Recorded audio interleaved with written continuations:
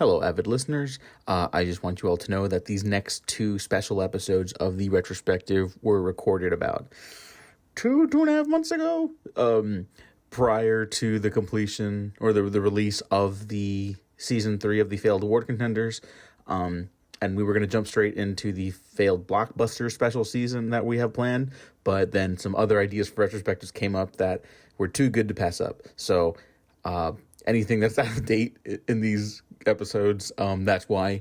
But I hope you enjoy them because I think they're some of our better episodes. Really proud of this whole season. Thanks to Matt again for always being a great friend and co-host on this series, or these series, I should say. So yeah, enjoy the show and see you at the failed blockbusters.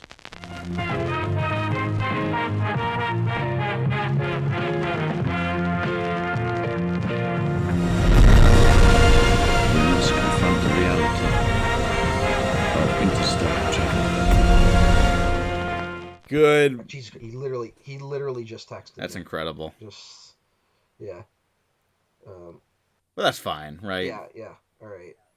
We're not going to talk about who this person is, but no. I just want to say this is so. Someone goes like, "Hey, I need you to give me a call," and I tried calling them, delaying the recording, didn't answer. Texted them, "What's up?" They just responded. Now, Diego, if you needed something from me, I'm sure you would be very direct with your message and what you wanted. Yeah. They texted me and said, "I need to do a couple of things tomorrow. Can you help me out with that?"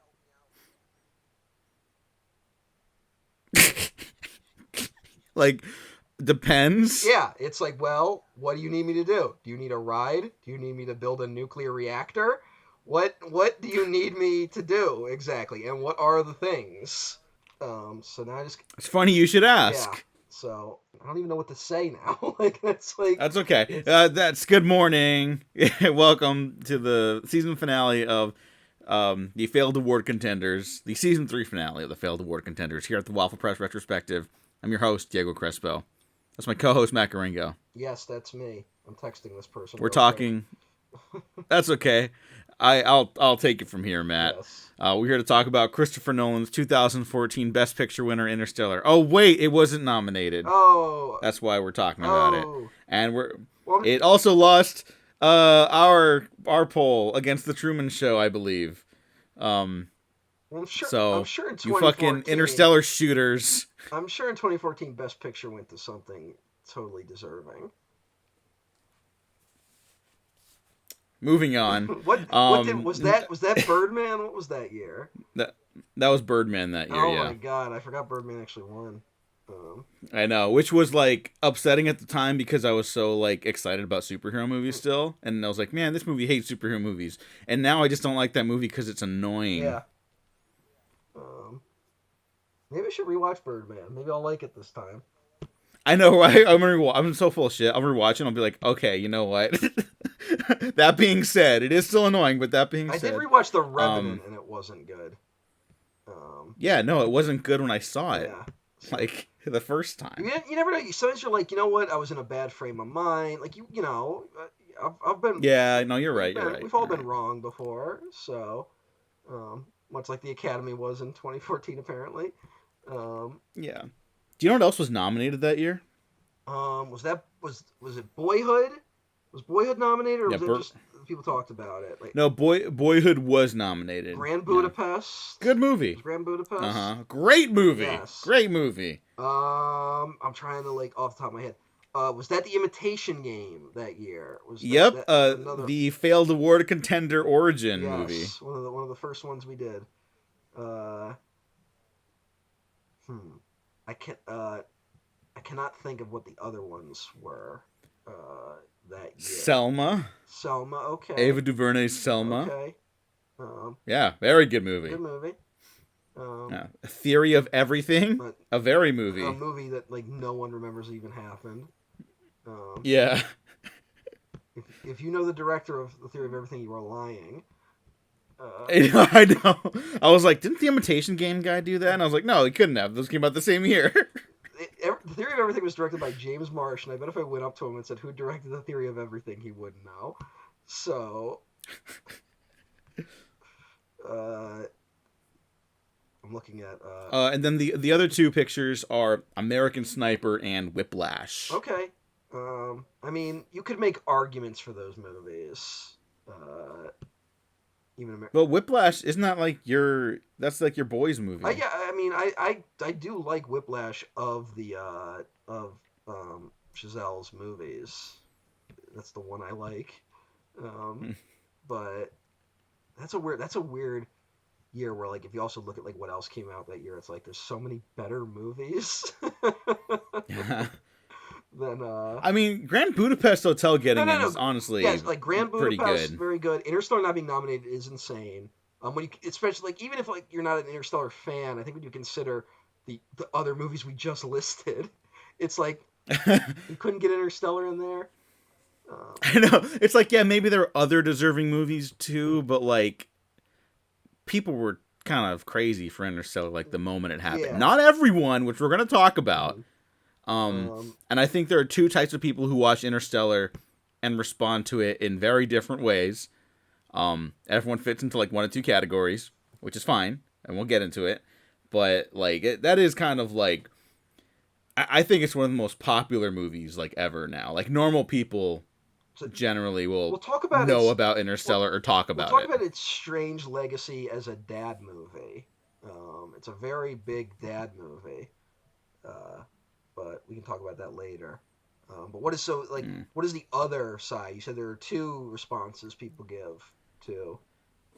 There were some who were like, "This is Nolan's masterpiece," and I remember this because the buzz was like insane. And I'll say, when I saw the trailers for it, coming off Dark Knight Rises, a movie I love straight out the gate, I was like, "Oh, this kind of looks kind of boring." And everyone's hyping up, "Oh, the IMAX! It's like it's shot in IMAX, and you got to see it in the biggest screen possible." And for whatever reason, I was just like, "No, I don't think I do."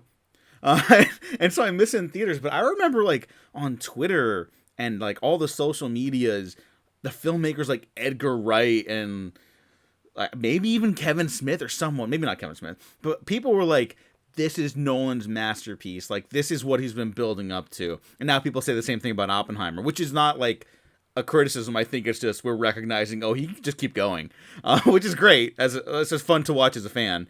But like the filmmakers who really responded emotionally to Interstellar were just like, they were preaching it like it was the second coming. Yes. And then critics and audiences see, well, mostly critics. I want to make clear, mostly critics. This is the era of Badass Digest. Ain't It Cool News is still up and kicking. Bleeding Cool is still kind of hip. Are those really critics though? No, but they occupied the critical space, and I think guided a lot of, unfortunately, my taste at the time. And they kind of, I would outright say, like, hijacked how we talk about movies as sort of like delivery systems for stories. Yeah. And I think some of these people, what they're willing to overlook, everyone has blind spots, right? What they're willing to overlook for some other filmmakers, they're not willing to overlook for Nolan, because at this point Nolan is still considered very cold and calculated and not a very empathetic filmmaker, not very earnest. Which is very silly in retrospect. It's very silly in retrospect. I saw someone tweeting about that the other day where it was like, oh, like I think. But people say that your boy Scott Derrickson. Well, I just want to say, I think your boy Scott Derrickson tweeted like, oh, Nolan wants to do a horror movie, which he has said, and I would be down for. But he was like, I think I would recommend him to do an adaptation of House of Leaves. And someone responded like, that fits him pretty well as like not a Nolan fan, but he's like his cold, calculated nature as a filmmaker would be very fitting for that. And I'm just like, these people are not in touch with Has that ever been an this. accurate criticism of a director? I don't know. You usually hear it about like the Stanley Kubricks or the Nolans, people who I think have a prestige about them, but their actual movies are they're not warm always, but they're more than just that. They're deeply emotional movies, and they're also very funny movies. Like Nolan actually kind of doesn't. Nolan doesn't totally. His movies aren't very funny. I would say they have humor in them, but he doesn't make funny movies, right? Where it's like Stanley Kubrick, straight up, all his movies are satires, basically. So it's so I've never understood the Stanley Kubrick is cold and boring. I think it's just the 2001 thing, and then 2001 has a scene where like you can get emotional about a computer getting turned off. Like, Yeah. so I don't know. I've just never. That's one of those ones where like I hear people being like, "Yeah, Stanley Kubrick, he cares more about like the ideas than the human beings at the heart of them." And it's like I don't think that's true at all about Kubrick, and it's definitely not true about Nolan. Yeah. Yeah. Like, if anything, I think one of the big criticisms of the movie at the time, and maybe I even kind of shared it at the time, is that, oh, well, he cares, like, he's so wrapped up in, like, the plot and the characterization, he doesn't get to explore the big sci-fi ideas. He's trying to do Spielberg and 2001, and it doesn't work. Mm-hmm. I remember basically like that being one of the main like conflicts and the critical response to it. Because now I would argue this is probably Nolan's like one of his most well received movies Okay, so let's nowadays. just break it down. So like you saw like the two sides you said like was like overwhelming praise from filmmakers, and then kind of like the CinemaSins people like tore into it, and they kind of dominated the conversation around it. Um, Yeah, at least in you said my those, bubbles and circles yeah. at the You said time. those Yeah, are the like so um, I think the people who can respond to movies as like more than just plot delivery mhm. systems, I think really responded to it. And I don't think I fully responded to it at the time because I was so wrapped up in script is king kind of Yeah, mentality at the I time. was definitely in a similar boat there, but I'll just say I fall into neither camp that you just described. Uh, Okay, okay. uh, this is a weird one for me. Interstellar, and I want to say like I there's not even like a big take behind my take on the movie. Like I don't have like any like thing I'm gonna throw out there. Uh, but Interstellar's a movie. When I saw it, I watched it. I saw it in IMAX, and I was like, it's all right. And yeah, that was my response. And then I've every time I've rewatched it, I've had the same response to it. And I'm like, yeah, it's pretty good. Um, and I recently said this about Saltburn. I will say this is a better movie than Saltburn. I'm not gonna say anything insane like that. But it is a movie where it's weird for me.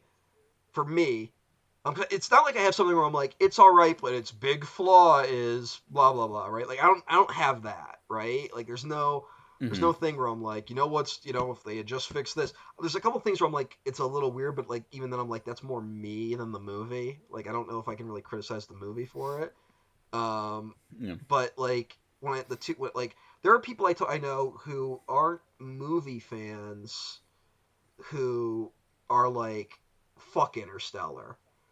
Like I have a few friends who are like, I hate Interstellar, and I'm like, okay. And because I don't really care about the movie enough, I don't go further. Like I don't go like, oh, why do you hate it? Like I don't care enough to get their take on it. But I have some people that will just come out of the gate being like, fuck Interstellar. And then again, then you get the other side of people being like, I wept uncontrollably for the last hour of Interstellar, and I'm like, okay. I mean, yeah, it's that'd be tough to deal with if it were a real situation, and and um and that's why Interstellar is exactly the same movie as Everything Everywhere All at Once, which was my realization on this rewatch is that they're basically the same movie. But Okay. so that's my take. That's my take, You know, everyone. it's I don't know if the people listening to this are going to understand what you meant by that. Don't explain it. I understand exactly what you mean, but I see I it like so clearly I'll where it's like, no, everything works together. yeah, But some people found that movie annoying and cloying, and then a lot of other people were like, this is one of the best experiences I've ever yeah, had. I am emotionally exhausted now and I need to rehydrate. yeah. Which People was me at both movies Yeah, now. people are just like, yeah, like people like I'm watching Everything Everywhere All at Once for the fifth time this year, and I'm crying watching it.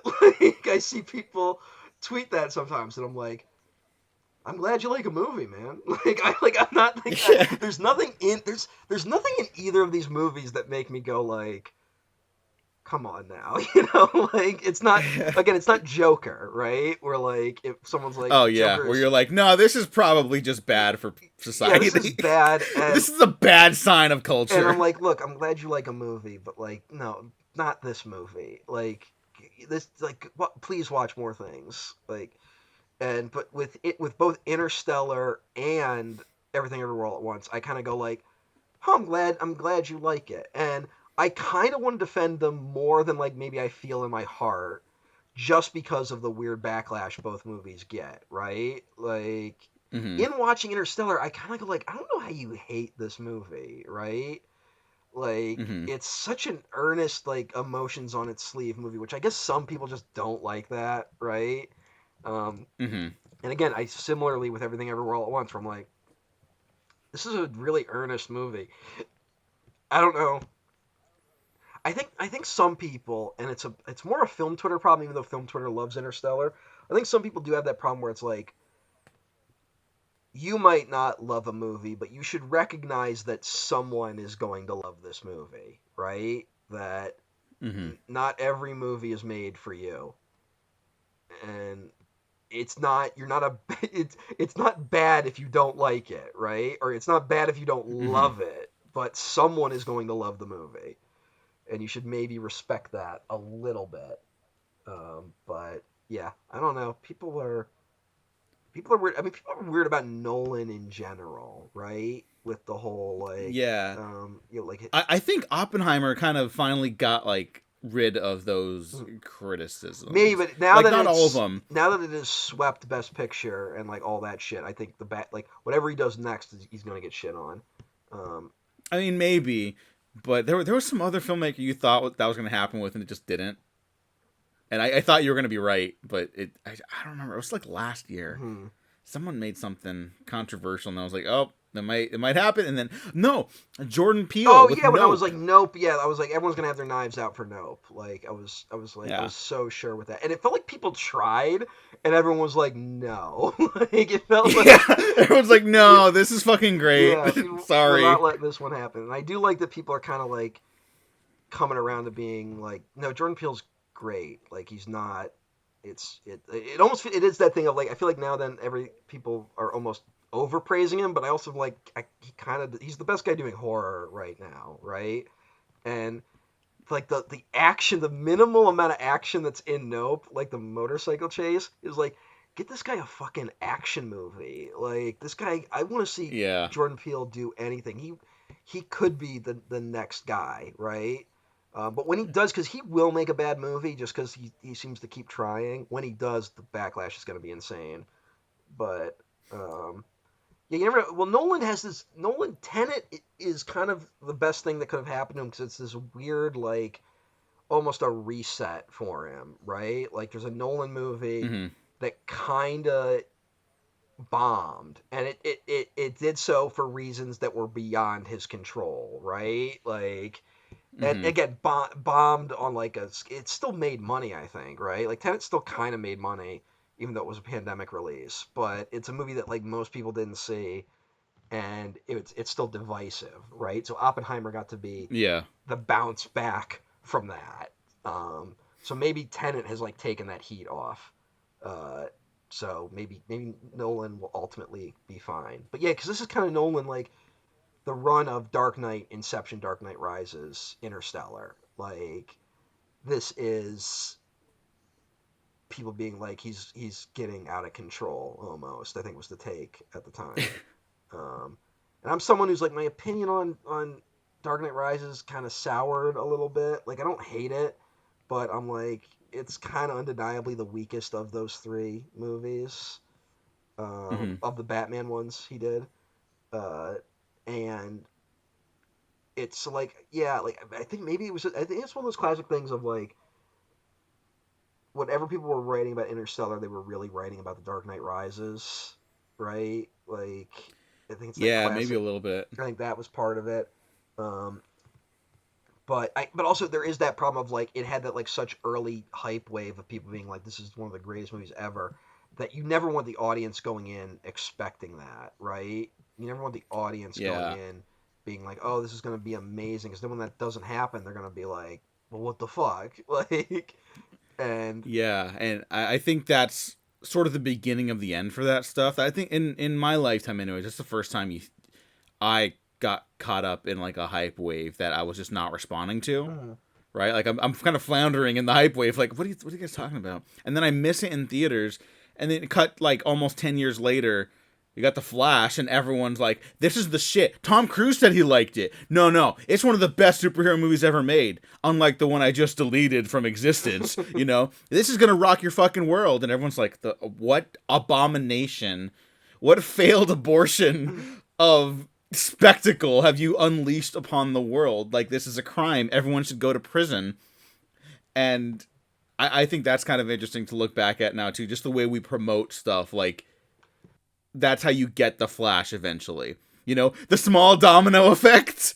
The small domino effect of Edgar Wright being like, Interstellar is one of the best movies ever made. And then CGI Christopher Reeve zombie. Mhm. You know?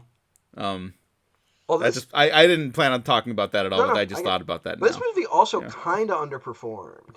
Like it didn't buy like it made like $700 million, right? So that's not underperforming. Yeah. But I think It was a hit, but you're totally no, you're totally right.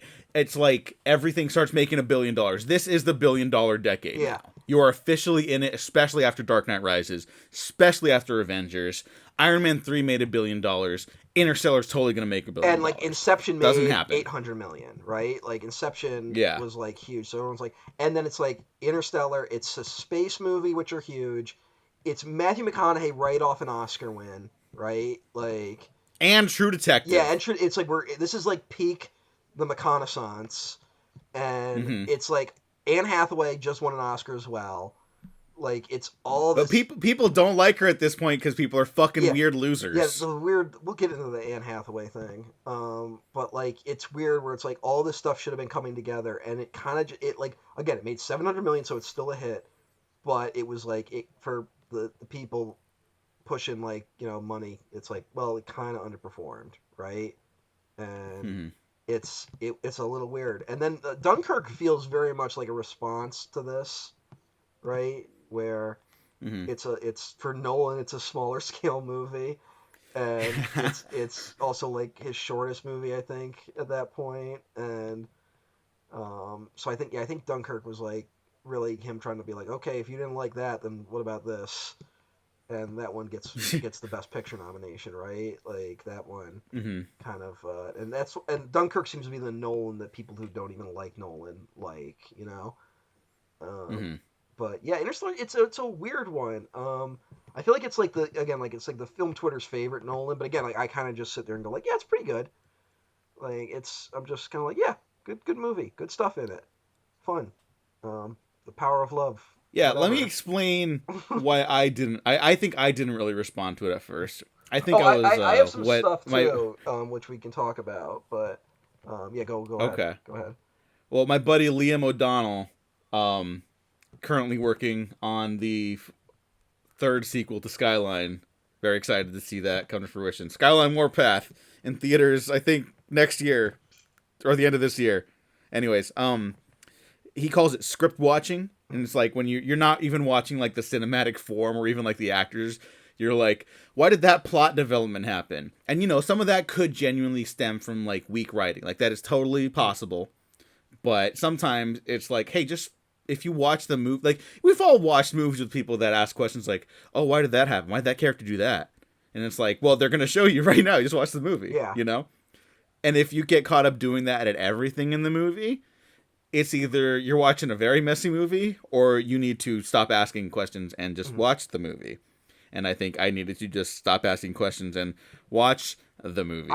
I'll say this. There's one moment in this movie that I kind of brush up against, and I think for other people, this might be the moment that like starts a domino effect where you start watching the movie this way, right? Where you like what you're saying with your script watching point. Mm-hmm. Um, Now I didn't have that necessarily, but this is a moment that I'm kind of like that it just confused me. The whole ghost angle of it. Um, it's such an early element of the movie, and it really confused me the first time I saw it. Where I was like, wait, is there really a ghost?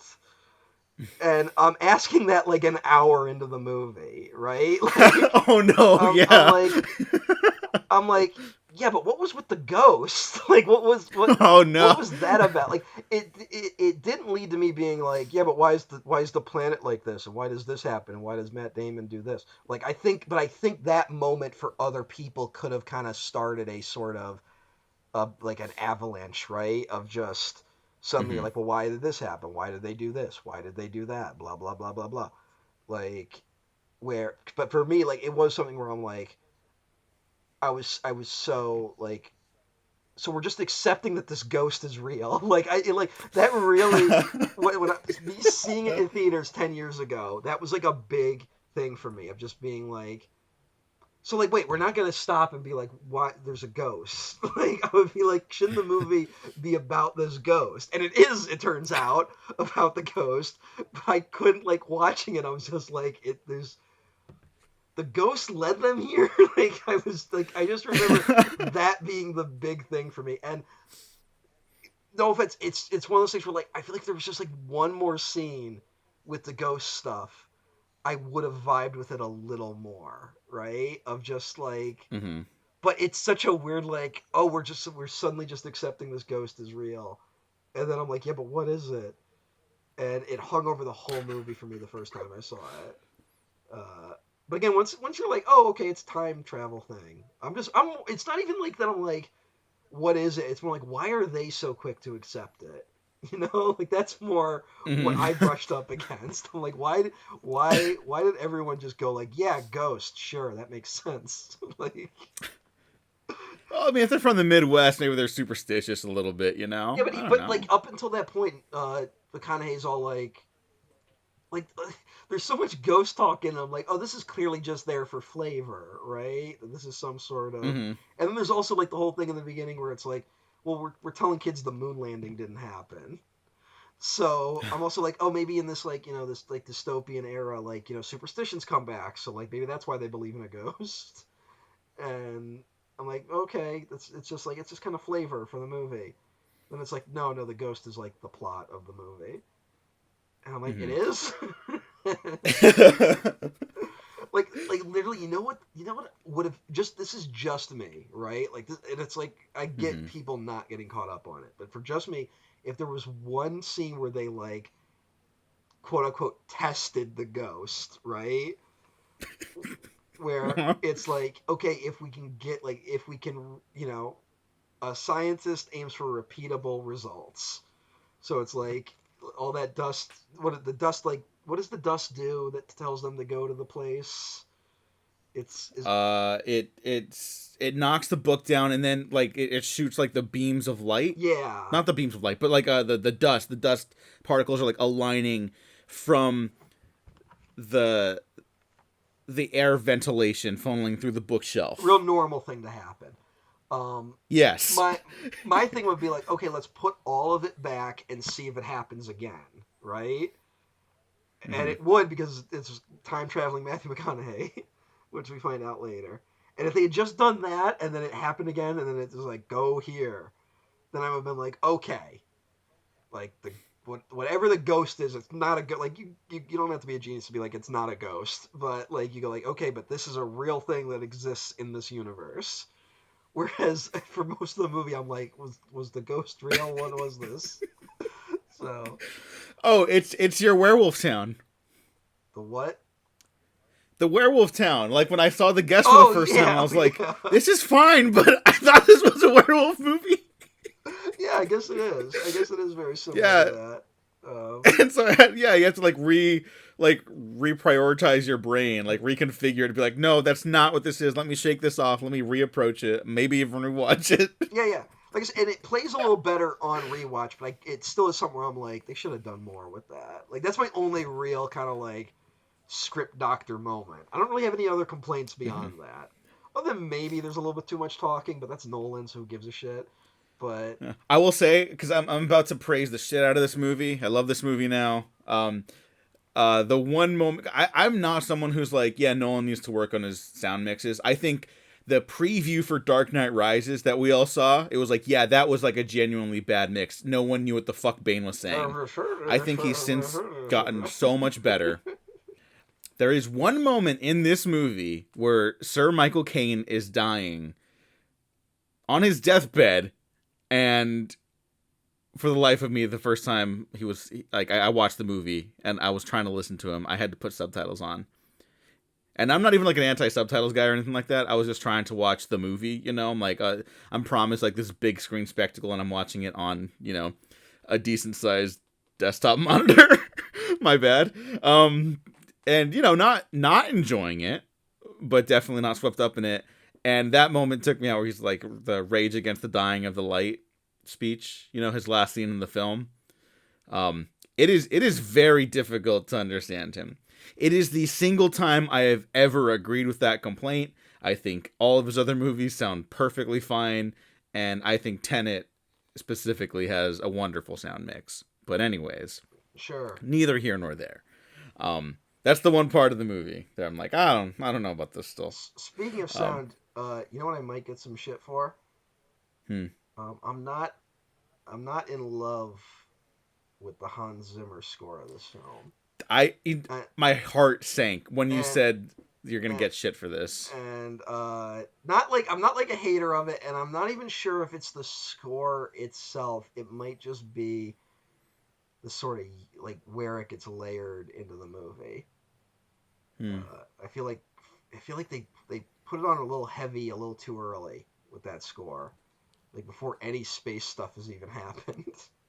Oh, And I'm like, I Well- don't know if we should be doing this yet, because like it's they're driving through corn. I Like, mean, I don't know. here's the thing. I maybe would have agreed 10 years ago. I do not now. At the time, I still thought the score itself is maybe Hans Zimmer's best, ever. I mean, I'm not. And you know, I still might think that. I'm not like the biggest Zimmer head out there, so like I'm not. Well, I think this is the last one he was completely hands-on with. And I think you can tell. Okay. That's what I will say about that. Like, it's used in good parts of the. There are parts of it where I like it. I'm not like 100% against the score, like top to bottom. I'm just like I don't know. Sometimes I'm like I don't like. Why are we going so early with this score?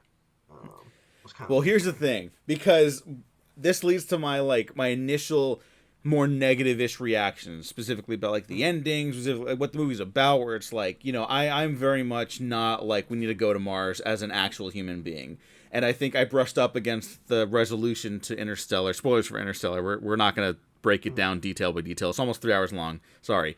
But like how they leave Earth because they killed it. And the resolution is that they will build a new Earth somewhere else with better resources and better leadership and better access to science. Science saves us as much as love does here. Totally cool with that. Didn't really vibe with the ending images of it for whatever reason. I was like, I think that's the wrong ending. I've said that for like 8 years, and then year 9, I'm like, nope, what the fuck did I know? But anyways, but I think part of the reason like why the score works so well for me now is because like it really is about like finding the wonders in like the world of like it almost has like this fantasy sequence where they're chasing that drone that's like going over the cornfields, you know, and that cornfield chase music kicks in. Like I know you're saying you're not like a fan of that, but to me I'm like that's like a real sense of like wonder and awe, and just built by like stuff that we have like in our daily lives now, and he made it like almost like this mythical thing. Well, 2 things. One, I don't know if the music ever gives me a sense of awe in that scene anyway. I'm like the visuals of the movie seem to do the job, honestly. And there's a lot of scenes without music that work really well. So, but like again, I'm not like super anti the score. I'm just kind of like, all right, like again, like I'm kind of just like, it's more the beginning stuff with it. And 2, I'm glad you said fantasy because this is a fantasy film. This is not a science fiction film. Like 50% of the Wikipedia is dedicated to talking about how scientifically accurate this bullshit is. Don't fucking matter. It is not a science fiction film. It is a fantasy film. This is a fantasy. This is Nolan's take on the fantasy adventure film. Um, it's And I much. think once I agree with you, I think once I understood that and approached it that way, that's when it all unlocked for me. Mm-hmm. Because this is much more in line with something like Lord of the Rings than 2001: A Space Odyssey, right? Hmm. And I think for some people, 2001 has cast a large shadow over all science fiction, and especially this film because Nolan not only Nolan talks about Kubrick a lot, and then also uh, you know he's visually referencing Kubrick a few times in this movie, and It's hard not to it's when you do a it's space movie. I get it. it's very hard not to, but like when you do that, people are gonna be like, "You fucking think you're Kubrick, motherfucker!" Like, and I don't think Nolan thinks he's Kubrick at all. Like, I think Nolan has a pretty good head on his shoulders in terms of knowing what he wants out of a movie. Um, and but it's this isn't at all like 2001, right? It is not that movie. Other than the just Odyssey part of it, like The Odyssey and like the science fiction technology on display. Not that the it's as accurate or yeah whatever. Like I just mean like that's on display. yeah yeah It's a science fiction he's display he has movie. taken the aesthetics of a science fiction Yeah. film, but has made a fantasy film. Um, it this is which makes me want to see his fantasy film. Honestly, I I mean, guess yeah. I guess the Prestige is the closest you get to that, but that's still kind of more science, But Well, this is what I really love about Nolan now, especially. mm, Um, and I think this is oddly enough one of the weaker parts of Tenet, a movie I do love as well. But like with Interstellar and like Inception, he's got such like this great perspective on building out his fictional worlds because these movies are not like franchise; they're individual works of fantasy and fiction, mm, right?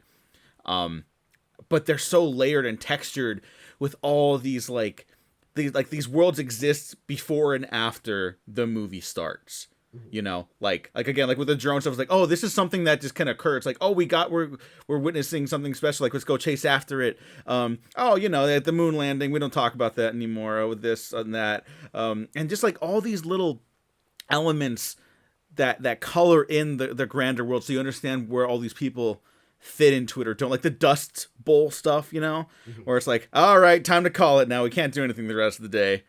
It's like it's such a ugly, like depressing dystopia, but it's so fulfilled. There's no hollowness to it. He's not just doing it like because other movies do it. It's like he's got this vision for it, and it's so like I don't know. Maybe it is just what like a decade later, seeing a bunch of other like slop that I'm responding more to these things that shouldn't be that big of a deal. When you make a movie, you should have it kind of colored in this way, like as textured as this movie does.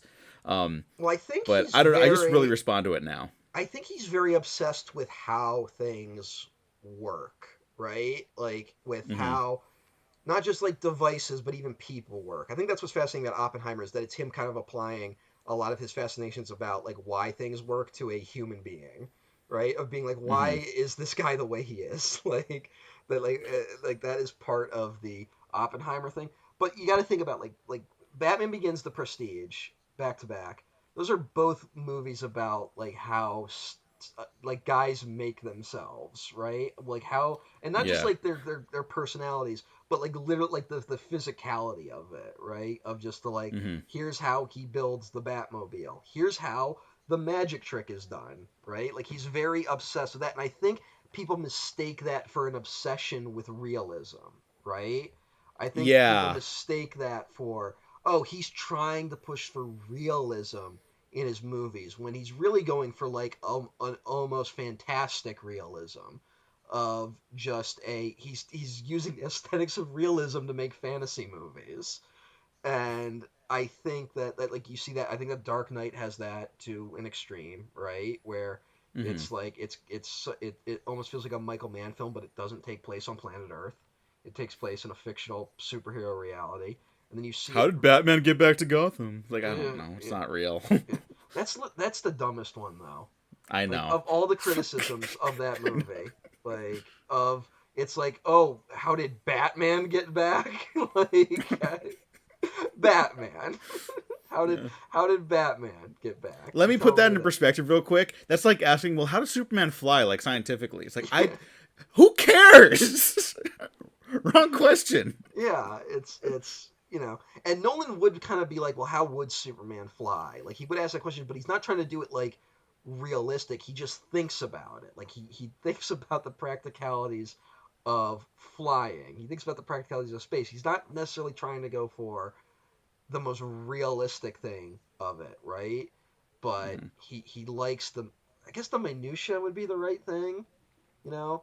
I think his that's where his obsessions kind of lie, and he's good at just building it and putting it together in a way that is engaging for an audience. I think that's why And Man is such an influence on him, right? Like, yeah, I think as Man is similarly obsessed with the minutia of stuff, and I also think Man is someone who gets stamped with the realism thing. And while Man definitely leans more into realism than Nolan, I think Man is another director who is going for an almost heightened reality, right? Of just a hmm it's like he's not trying to recreate the world as it is. He's going for a heightened version of it. So, um, yeah, like you could probably say similar things about Kubrick, right? Like, hmm um, Well, I just think there's also a level of practicality that they both have in displaying their fantasy worlds, man, and Nolan specifically. mhm. Especially Nolan. Like Nolan makes the big deal about like we're doing it all practically, and it's like, well, you do most of it practically. Like Yeah, it's fine. You don't have to lie. I love you. You don't have to lie. It's fine. There are CG like elements and composites in all of his movies, and there's nothing wrong with that. yeah, People should not dismiss that. It's a good thing when mediums come together to make something as good as Oppenheimer. You know, like that's cool. And especially in Interstellar, like there is like there was a big rollout about like the scientific accuracy of like this is what a black hole looks like. This is what it looks like if you can see it with the human eye. This is what it would be like with the temporal like distance between this planet and Earth. And if you're on this planet for too long, then you lose X amount of years back on Earth. And mhm. um, like those elements, like I don't know. I'm not fucking smart. I don't know science. So maybe they are accurate, maybe they're not. It doesn't matter because in the movie they're expressing something truthful and emotional to the characters. Yeah. You know, Well, I think ultimately what this movie is about, I'm gonna steal my buddy Josh Lewis's quote from his excellent Letterbox write up. Um, this movie is about how parents, all parents are like everyone becomes ghosts to their kids. Everyone are just memories mhm. for the next group of people. And there's inherent tragedy to that, obviously, but there's also a beauty in that. And it's why parents maybe get really stressed about leaving bad memories for their kids. A good parent, anyways, you know? Even if you're trying to do something good for someone you care about, it doesn't mean you're going to be perfect. And if you make too much of a wrong step in this person's development as a human being, that's gonna hang over them Mhm. for a very long time. Then you grow up to be Jessica Chastain. So maybe you should do that. Actually, I think a lot of people would like to Well, be Jessica Chastain. I get what But I agree with what you're saying there. With you said Josh Lewis said that. Um, yeah, I agree with that point, but I also wonder if this movie is more of about forgiving parents for what they becoming ghosts, right? Like that. Like there's hmm the because this is a movie about a father who like yes he does become a ghost, right? He becomes the yeah, ghost, he literally but becomes a ghost. but he also comes back, and he also gets hmm to he gets to see what no parent will ever see, which is their child as an elderly person, right? As someone who is like even like parents who have kids very close together, you're not going to see the older version. You're not going to see your child that's older than you, right? That just hmm it's not what happens. So as a parent, there's that moment where you're like, you're not gonna know how this, like, if you're successful as a parent, you're never gonna know how the story of your children ends, right? hmm And Interstellar almost feels like a weird sort of like what if like it's almost like a wish fulfillment for fathers, you know, of Yeah. just being like, yeah, you get to see your daughter, and she lived a full life, and it was partly thanks to you, and she gets to say, don't worry about it, you did good. All right, bye now. like Yeah. and Like, uh, okay, when you break it down like that, yes, yeah, yes, but and also it does it also I think it is something where I think it appeals to boomers in some way because I think boomers subconsciously know they destroyed the planet. So this is a movie about like, yeah, but what if I could go into a time travel machine and save the planet actually? well, they don't save the planet. They I, they they go somewhere else. yeah, but boomers don't actually think the planet is the planet. They think their children are the planet. So Oh, like no, no, no. you know. What I mean, what you're talking about is kind of why I bounced off initially. I was like, no, that's the wrong ending. Mm. You know, um, and so like when you break it down like that, yeah, okay, it does. It sounds so like wonky, and I'm not even. I don't think it's like the. What's funny is I'm not even saying these things as criticisms. Like I think But that's you can partly, hear it, right? but that's partly what I like about it. Like it's um, there's a big difference between being like I agree with the movie, right? Like there's a big difference hmm between it where I'm like, uh, yeah, you know, it's a good thing that your father can be forgiven for abandoning the family, right? Like that it's like I'm not saying that, but what I'm saying is that there's a weird honesty to this movie that it's like yes, we all kind of want that, right? Like we all kind of want to be forgiven for the things we fucked up, right? And hmm we can ultimately only forgive ourselves, but we do want that outside out validation. We do want I would say the worst people in the world, in my opinion, are the people who are waiting around for everyone they've ever met in their entire life to show up and be like, you know what? You were right. We were wrong. We're sorry. Those are the worst people on the planet. That they are stubbornly waiting for everyone to admit they were right the whole time. Because that day never comes for any of us. But this is a movie I think taps into that sort of anxiety and that sort of bizarre want we have for people to admit that we actually didn't do anything wrong. Even when we very much know we did, right? Like, I think hmm that we all have regrets, but we kind of want someone to come in and be like, yeah, but don't worry, you're fine. Like, don't worry about it. like, and, and there is something to, again, like, there is something to, I don't know if I totally agree with the whole I like to live life without regrets type thing. I think that's just like that's just like a bumper sticker. Like it's not really a thing you can do. We're all gonna have regrets, yeah. but I do think there is something to being like, look, it's even if you fucked up, it's not like always your fault totally, right? Like it's sometimes shit happen. Like you gotta forgive yourself at some point. I think Interstellar oddly for a movie that's like people were going in being like this is gonna be about exploring the edges of the universe. I think Interstellar is oddly about something as mundane as that anxiety uh, hmm of just the like we want forgiveness for what we've done. We want forgiveness for our own existence, really. Like we don't want to be like, oh well, I was like, I want someone to be like, you were here for a reason. We all want that, right? That's why we tell stories. Like with beginning, middles, and ends that all make sense. And Interstellar is weird because with Nolan's obsession with time, literally gets to write his own beginning, middle, and end when he goes into the Tesseract. Yeah. So I never thought about that. yeah, I mean I think that's part of Nolan's thing. I think it's that thing of like because for me the thing the key to unlocking Nolan for me was literally like why is he the one who goes Zack Snyder direct Man of Steel, right? Like why is Nolan the one to do that? Because it doesn't seem like they would ever agree on a Superman take, right? Like hmm it feels like they both exist in different universes, even though that movie is so trying to be Batman Begins. Um, but I think what I realized is that the reason Nolan picked Snyder is because they're both insanely earnest motherfuckers. like they both are just so painfully earnest. They're earnest in different ways. But I think Snyder is someone who's also as painfully earnest in his directing as Nolan is, and they both get mistaken for, like, in Nolan's case, coldness, and in Snyder's case, brutality, right? Mm. And I'm like, no, that's more their aesthetic. That's not who they are as filmmakers, though. And I think when you go beyond it, I think there's an earnestness to both their directing that is really what's fascinating about them.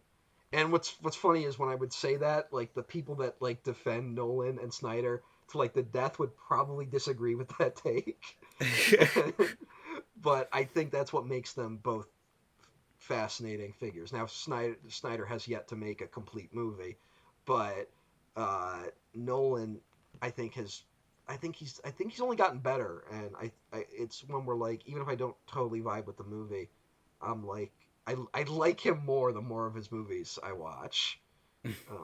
So I don't know. That's just my take on a movie that I think is just okay. Yeah, I was like, damn, like you tell us how you really feel. I mean, well, here's the other thing.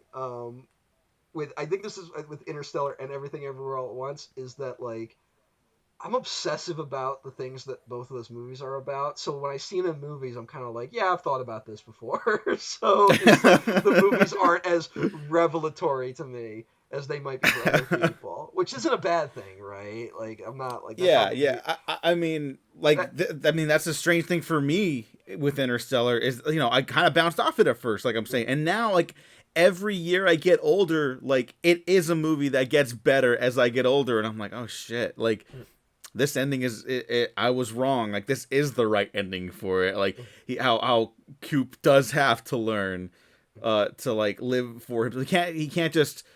He can't go back in time. He can kind of reminisce. He can kind of, like, shape his own fate, right? yeah, But he doesn't, like, him saving everyone is only possible because everyone else or his daughter is working to save herself too. yeah, Like, these pieces have to fall into place. No one is an individual. No one is a Christ figure here. It's all.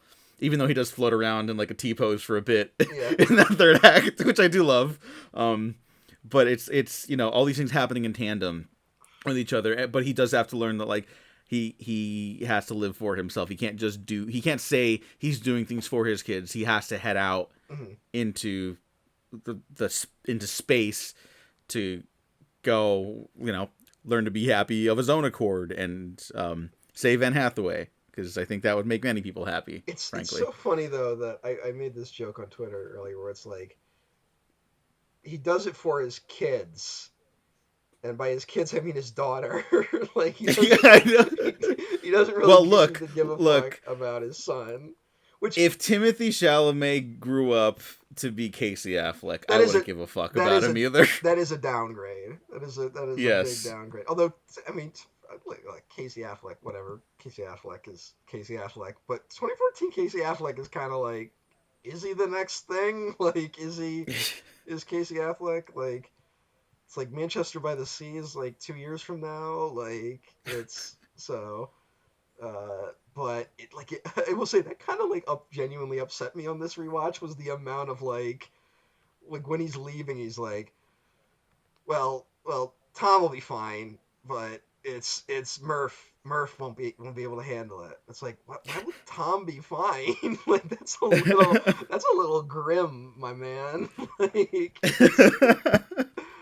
it's fucking, you ever listen to Creedence Clearwater Revival, man? Someday never comes. Like, Tom's gonna be living with that his whole life now, and he's gotta stand there trying to be a man. And you left, Dad. Like, and then even then didn't seem to give a fuck about him. You're talking about Murph, but so that was the and only. yet, and, What, and what, yet, I when I rewatched Interstellar on the plane back from my trip last summer, um, when McConaughey's slamming into those bookshelves, crying and screaming, "Don't let me leave, Murph."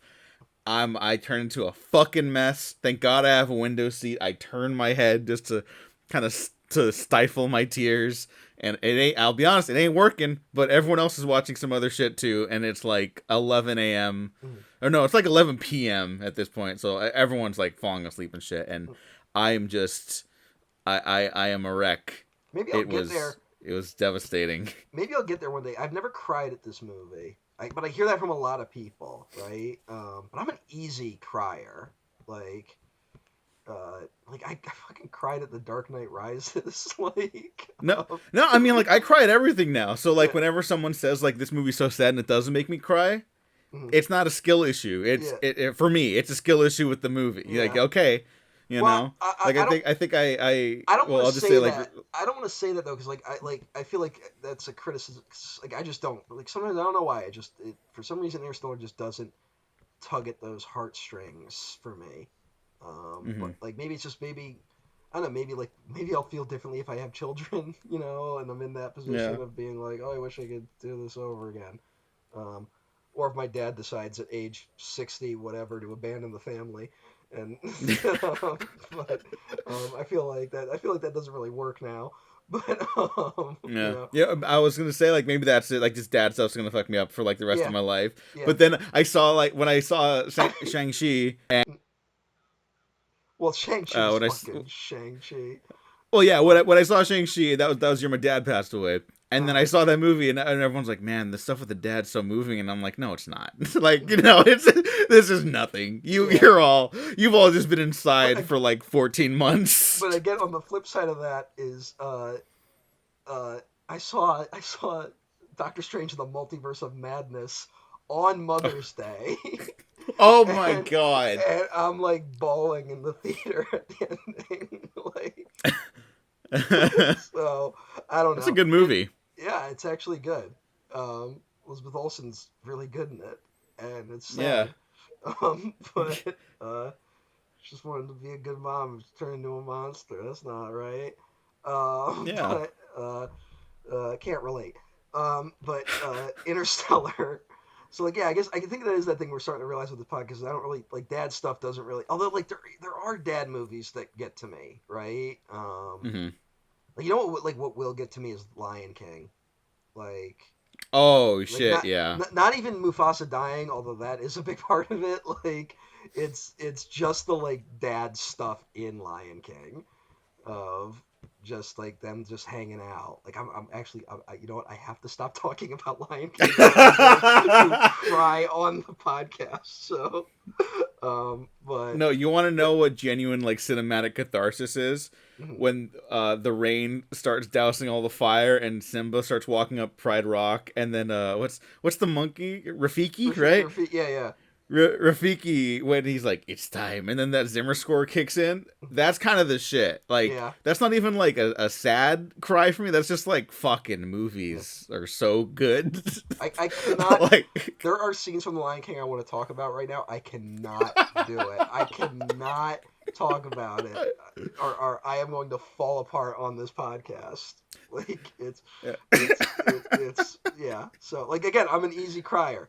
Um, Yeah. I won't say the movie. There is a film from my childhood where I cannot describe the ending of the movie without crying. And it's not even like a notable film. Like I think five people know about it, but yeah. So it's again, I'm not like gonna be here being like, well, I didn't cry at Interstellar, so it must be dumb. Like I just whatever it taps into, it doesn't tap into it for me, I guess. But you know what this movie does tap into? I genuinely don't know where you're going with this. No. Um, this movie. Hold on, let me make sure I get this right. Um, this is a movie. Fuck, hold on. Sorry. All right, this. Sorry, my fucking laptop. I want to get this right. This movie has one of the greatest cinematic characters of all time in it. Oh, yes. I think I know. I think you know who I'm talking about. Oh yeah. That's right, John Lithgow. No, um, Tars the robot is the Yeah. best robot in cinema in the last decade. Sorry, BB-8, but my other boy BB-8. But Tars is amazing, and I think Tars they better repair him for carrying this movie. Tars is amazing. Well, there's he's everything. Tars is Yeah. everything. I mean, like you're talking about how like Nolan doesn't make comedies, but he's got funny stuff in his movies. Even like the kind of lame jokes Tars does Mm. results in funny stuff because you got that great McConaughey like that delivery. He doesn't even look over his shoulder. He's just talking to Tars. He's like, dial down the humor by about 50%, Tars. Like it's so funny. And I just like that, like Tars's speech like never really changes. Like he's always talking at the same level, no matter what's happening.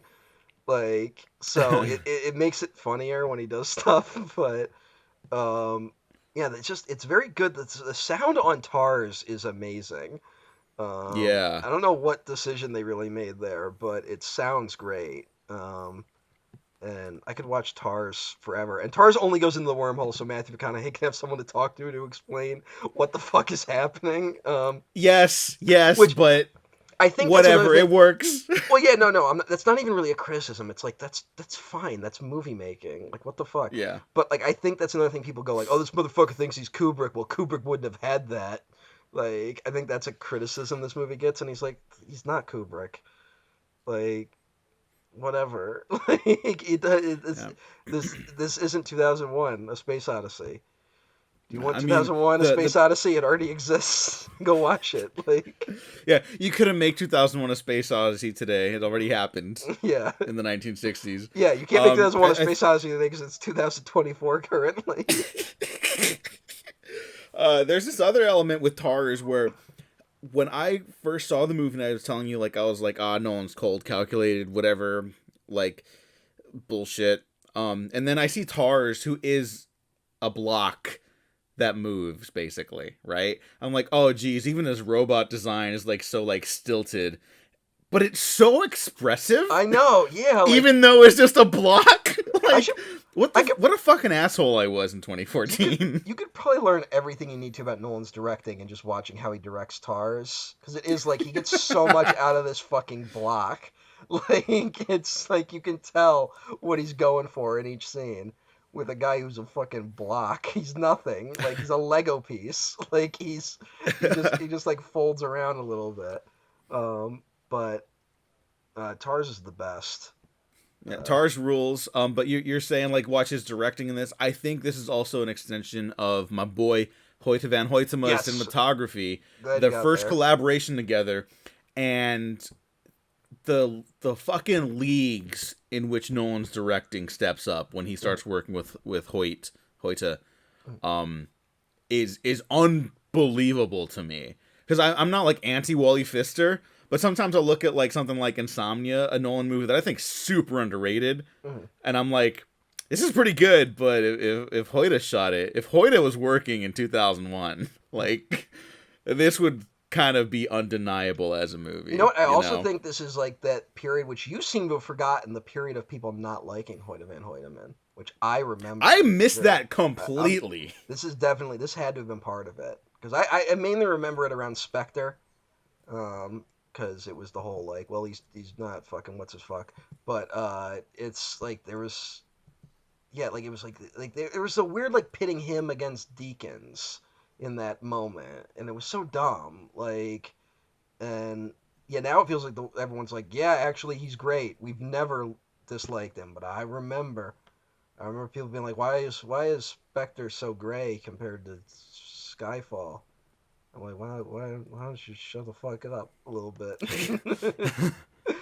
Why don't you just shut the fuck up? But was he not even nominated for Oppenheimer? Wait, say that again? Was he not even nominated? Was Hoyte van Hoytema? Was he not nominated for Oppenheimer? Oh, okay, because it's not listed on Wikipedia for some reason. I didn't watch the Oscars. Like, I just followed people talking about it on Twitter. Okay. I guess his Wikipedia page just hasn't been updated. Not a lot in the cinematography game on Wikipedia, apparently. Yeah, that's strange. Yeah, he won for Oppenheimer. Is that his first one? I think it's his first one. I would assume. Yeah. But who knows? Yeah. No, this was the year everyone like attached to Nolan was like getting their credit, basically. Yeah. Including RDJ, who maybe had one of the weirdest campaigns for Oscars, where he was giving interviews and being like, yeah, in playing in playing Louis Strauss, I came to really understand the guy. And you watch that movie, and Louis Strauss is like the most amoral piece of shit on the planet. Who just like cares about nothing except like really petty grievances and his own desire for power. And Downey Jr.'s after being like, I came to really understand his worldview and where he was coming from in this whole thing. I'm like, you did? And you're friends with Mel Gibson, right? What are you guys talking about? Yeah, yeah. You remember when after Iron Man 3 happened, he's like, I'd do Iron Man 4 if Mel Gibson directed. Yeah, I remember that. Yeah, that was strange. I hope he's changed his tune. I think he's still buddies with him. Mm. But that's that weird thing where everyone was like, there was that weird thing with Gibson where everyone was like, it wasn't anti-Semitism, it was alcoholism. It's like, I don't know if that's better. I mean, it's not. It's not comparable. They're both bad, but like it doesn't excuse anything. Yeah, but alcoholism is also like like it is an illness in a lot of ways. Yeah, yeah. Anti-Semitism is not. Anti-Semitism is a belief. I get that when you drink, maybe things you wouldn't normally say come up to the surface. Whenever I've been intoxicated, I just end up crying and telling people I love them way too much. But anti-Semitism is not one of the things that comes up. Yeah. So, like, what's that fucking Rick and Morty bit? Like, fuck Rick and Morty, but like, there's that one bit where, like, they're looking at like some map of the Middle East, and they're like, "What is that? Israel?" And Morty's like, "Oh yeah, some place Rick keeps bringing up when he's blackout drunk." And he's like, "And I'm sure what I'm saying is very politically down the middle, and it's a very complicated moral issue that people are trying to, not cast stones over." And everyone else in the room's like, "Hey man, I'm not touching that. That's all you." This Rick and Morty show sounds funny. I should watch it. And everything that person has ever made. No. Anyway. Why? What happened? Well, he got recast with Dan Stevens in one of the shows that he produced. Oh, okay. Who's Dan Stevens? He's the guest himself. Oh, all right. Wait, what? Yeah, no. So I guess one of this is where we go off the rails. We were pretty good on topic for this episode, but we were pretty good. We got to go into that Tesseract. Yeah. Wait, what? We're going to the Tesseract. We're talking about everything. Oh, okay. Well, whatever. Tangent. But one of the shows, I think it's called Solar Opposites. It's like just aliens in a Rick and Morty style animation thing. Great title. They stayed up all night thinking of that one. And like, I guess the main guy that Justin Roiland voiced, like, he walks out of the closet and then someone shoots him in the throat with like this voice gun. And he's like, oh, and now he sounds like Dan Stevens. And like, should we change you back? He's like, no, this is better. And then that's actually how they address it. That's actually funny. Yes, that's actually very funny. Yeah, and that's it. As someone who doesn't watch any of those shows, like, are we just gonna find out it was like, oh, the show was good in spite of him, not because of him? I don't watch any of these shows. Apparently, that is the case. Okay. Yeah. I'm guessing it's probably Dan Harmon, another normal and chill guy. Yeah. Hey, look, I'm not making an excuse for him or accepting any nonsense. He did publicly apologize. Yeah. Not the same thing as like reconciliation.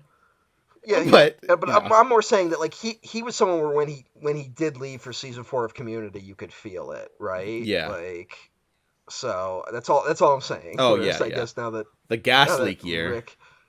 Now that Rick is gone, I guess Rick and Morty doesn't feel that different.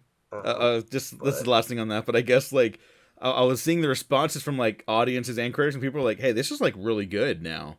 It's like, oh, you guys are putting up with bullshit for like 5 years at least, and you guys just like ate it.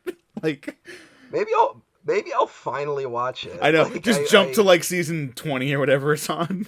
What I had that story where like I watched the first 3 episodes of Rick and Morty, and I was like, this is a pretty good. And then the Szechuan sauce thing happened, and I was like, you know what, I'm good. Yeah. Like, I was just like, life's too short. I can put this off. But yeah, Interstellar. Let's see what else. I want to mention some other people. Mention Michael Caine, who's very good. Well, we should definitely talk about the Anne Hathaway thing. That I was gonna build up to it, but yeah, fuck it. Anne Hathaway, who is fantastic in this movie. And It was she good. recently came out and She said like Nolan kind of saved her because people just straight up didn't want to work with her because they thought, like, I'm paraphrasing, but like they thought her presence was like embarrassing, and they're like, well, you won the Oscar, so like, what do we need you for, or what do you need us for, or something like that, and they basically just didn't want to work with her. And she said Nolan, like, casting her kind of saved her reputation, if not her career. Anne Hathaway. There is that thing that happens with certain actresses that I don't understand because maybe I don't think about actors this way, where everyone it feels like everyone woke up one morning and was like, we hate her, and I don't really get it, right? I don't. I'll tell you exactly what it was: theater kid energy, Les Mis, Does she? Well, and hold on. the Oscars.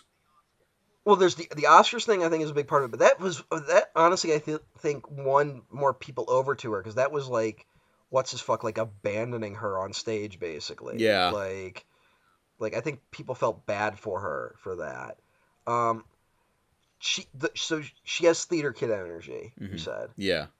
Does she, I don't like follow her like outside of the movies, right? Mm-hmm. Like there's it takes a lot to get me to pay attention to actors in that. So is she like that outside of the movies she's I in? think she was at the time more, and not that that's even a bad thing. I kind of want actors to like have fun when they're like on the press tours and stuff like that, which is very difficult because those things can be fucking just grueling, you know.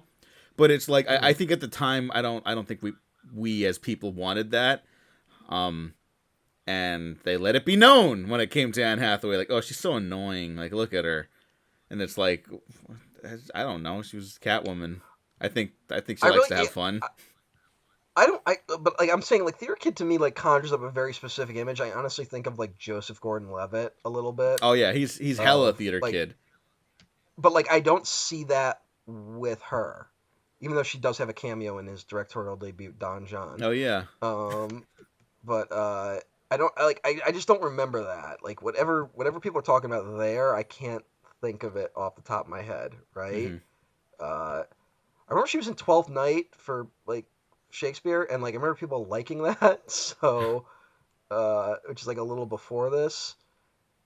But I think she's mostly so like up until this point, it's like Princess Diaries, Ella Enchanted, she does Brokeback Mountain, but like that movie's kind of not about her, so like it's just kind of something else going on in that movie that people paid more attention to. Um, Devil Wears Prada, um, a couple movies that no one remembers. Get Smart, Rachel Getting Married, which is she's amazing in. Oh yeah. Um, I'm just looking at her filmography, and it's a weird one where I think it's something where she was in the kind of teen girl movie rom com area, and then when she started not being in those, people were like, "Stay in your lane," right? Mm-hmm. Which I think happens sometimes. Because yeah, it's like Love and Other Drugs. She's in Valentine's Day. Oh, She's in that's Alice in it right Wonderland. there. I bet Hmm. it's that, like stuff like Well, Valentine's Day. I was gonna say it's more that, and then she's in another romantic movie. Although it looks like she's that I've never heard of called One Day. So she does like all that in a row, and then suddenly she is Catwoman, Dark Knight Rises, and Fontaine in Les Mis. Um, and I think she got the worst of both worlds in terms of what those movies did for her career, which is like one, nerds are like she's not Catwoman, right? Mm-hmm.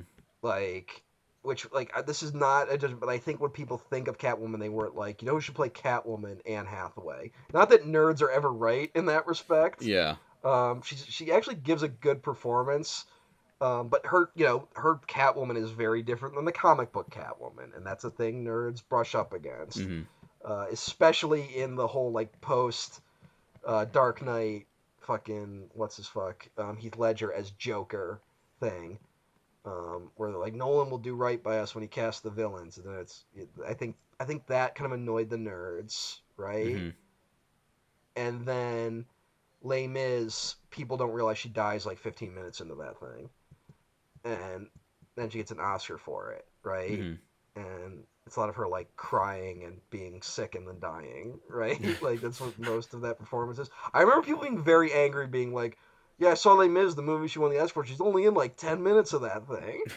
Like I was like, do you not do people not know Les Mis? Like I was like, it was kind of a revelatory thing for me.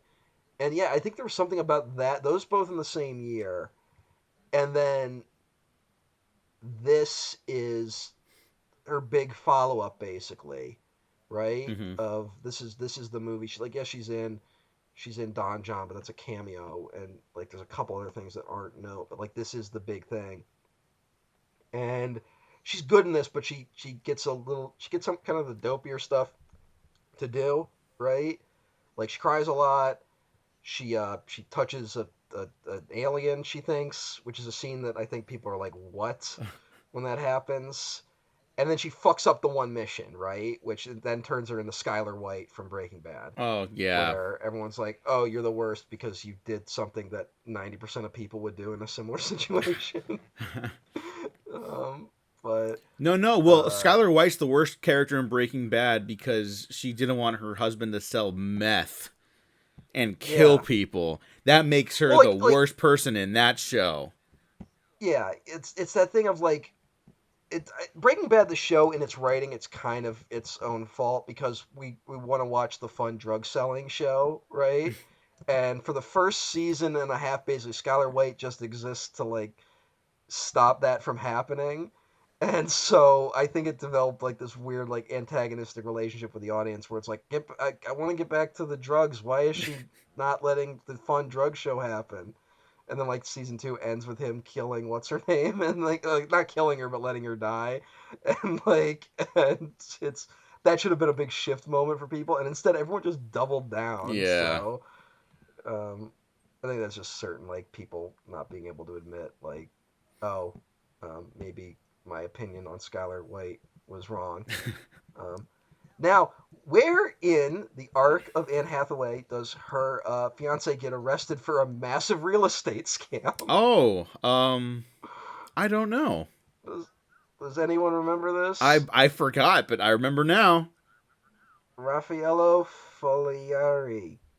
Um, he's an Italian, Oh, that so makes it's okay sense. that I mispronounced his name. Yeah. Um, yeah, he misappropriated an investment from Bill Clinton. Actually, he's a hero, um, and some billionaire I've never heard of. And like the cat, like he ripped off all people that were evil, so whatever. But like it was like this massive scam that like she was like about to marry him when it all came out, and she had to like meet the Pope through him because part of the scam was like selling shit to the Vatican.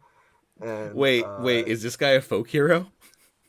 I don't think so. I remember he was like kind of like I saw some documentary about it. Came across like a piece of shit, but it Okay, is one of okay. those I where was it's like, like, wait. Anne, go but back. Go back. it is one of those where it's like, yeah, but like he went after like Bill Clinton and the Catholic Church, like so not the worst thing I ever. mean, if you're gonna Um, do a crime, like, he got deported to Italy, so he can't come back to America. Um, but yeah, he's like she was about to marry him when like the scandal when he got arrested, and um, the FBI confiscated Hathaway's private journals from his New York City apartment. Um, Hathaway was not charged in the crime, so um, also she spoke about her depression, which I'm sure the public was really cool and chill about. no, Um, yeah. so Well, yeah, I don't know. I've never understood the Anne Hathaway hate. As someone who's not like I'm not like being out there being like woo Anne Hathaway, even though I do like a lot of the stuff she's in. But I've never understood the hate. Uh, mhm. and yeah, then this kind of happens, and then it's like the intern, and then it's like then she has Colossal, which feels like her going like, okay, I'm gonna do smaller movies for a little bit, And and she's she kind great of in does that that. movie. Yeah, that's a weird movie. I'm not crazy about the Um, movie, but she's great in it. that's that era of just like movies were getting weird for a little bit. Yeah. Oh, but then she's like, oh, she was in the. I forgot she was in The Witches, which is like awful. Well, Uh, wasn't she signed on when the Del Toro was gonna do it? Is that that that movie, that movie is inexplicable on every level okay? in terms Okay. of how it came Well, I together. think people do Uh, like Anne Hathaway now, thankfully for the most part. And I think a couple things it, attributed to that. She's the secret weapon of Ocean's 8, which is like a fine film. But she kind of steals that movie. Um, once mhm. like it she's the mark and then she doesn't become the mark at a certain point and that reveal is like the movie kicks up a notch. It's like, oh, okay, we got a live one, and then the movie kind of flatlines a little bit still, but like it's not her fault. She brings life to it. um and then there's that James Corden interview, and this is the most I'll ever say positively about James Corden in a public setting ever. But like he asked like about her favorite rom-com, and she goes, I'd have to be Gone Girl. And there's just dead Oh, silence from okay. the audience. Everyone's seen the clip online, and she's like, "Right?" And everyone's like, like what?" But all the fucking film Twitter weirdos are like, "Yes, yes!" Like we Yeah, get you. sickos. Yeah, Sickos looking through the window. Haha, yes. yeah. Everyone's high fiving Anne Hathaway through their phone screens and shit. Like, yeah. She's also in film Twitter classic Serenity, which is a Oh movie yeah, that broke everyone's brain yeah, when it yeah. came My out. my boy Stephen Knight. Stephen Knight. He swings Um, every time, and it's a home run or the baseball bat flies and hits a baby in the stadium seats. yes, yes, that's it. Those are the two speeds he has.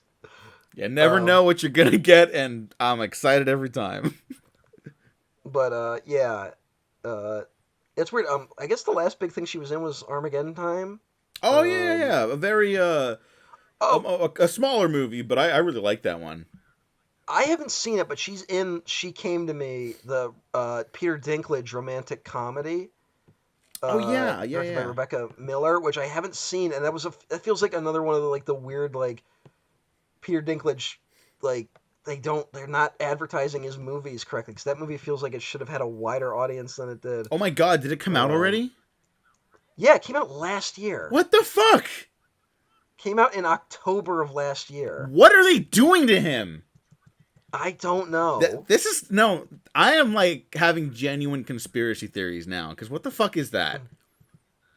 What the fuck is that? Yeah, Someone explain to me. I but guess what? He's the Toxic Avenger, so we got that to look Uh forward huh. to. And that movie premiered at last year's South by Southwest, 2023's. Hey, hey, I'm Where sure is it'll be it? out any day now. Where I'm is it? sure any day now. There's no way a Lloyd Kaufman joint could ever like run into troubles in its release. There's just no way anything with Lloyd Kaufman's strong name behind it.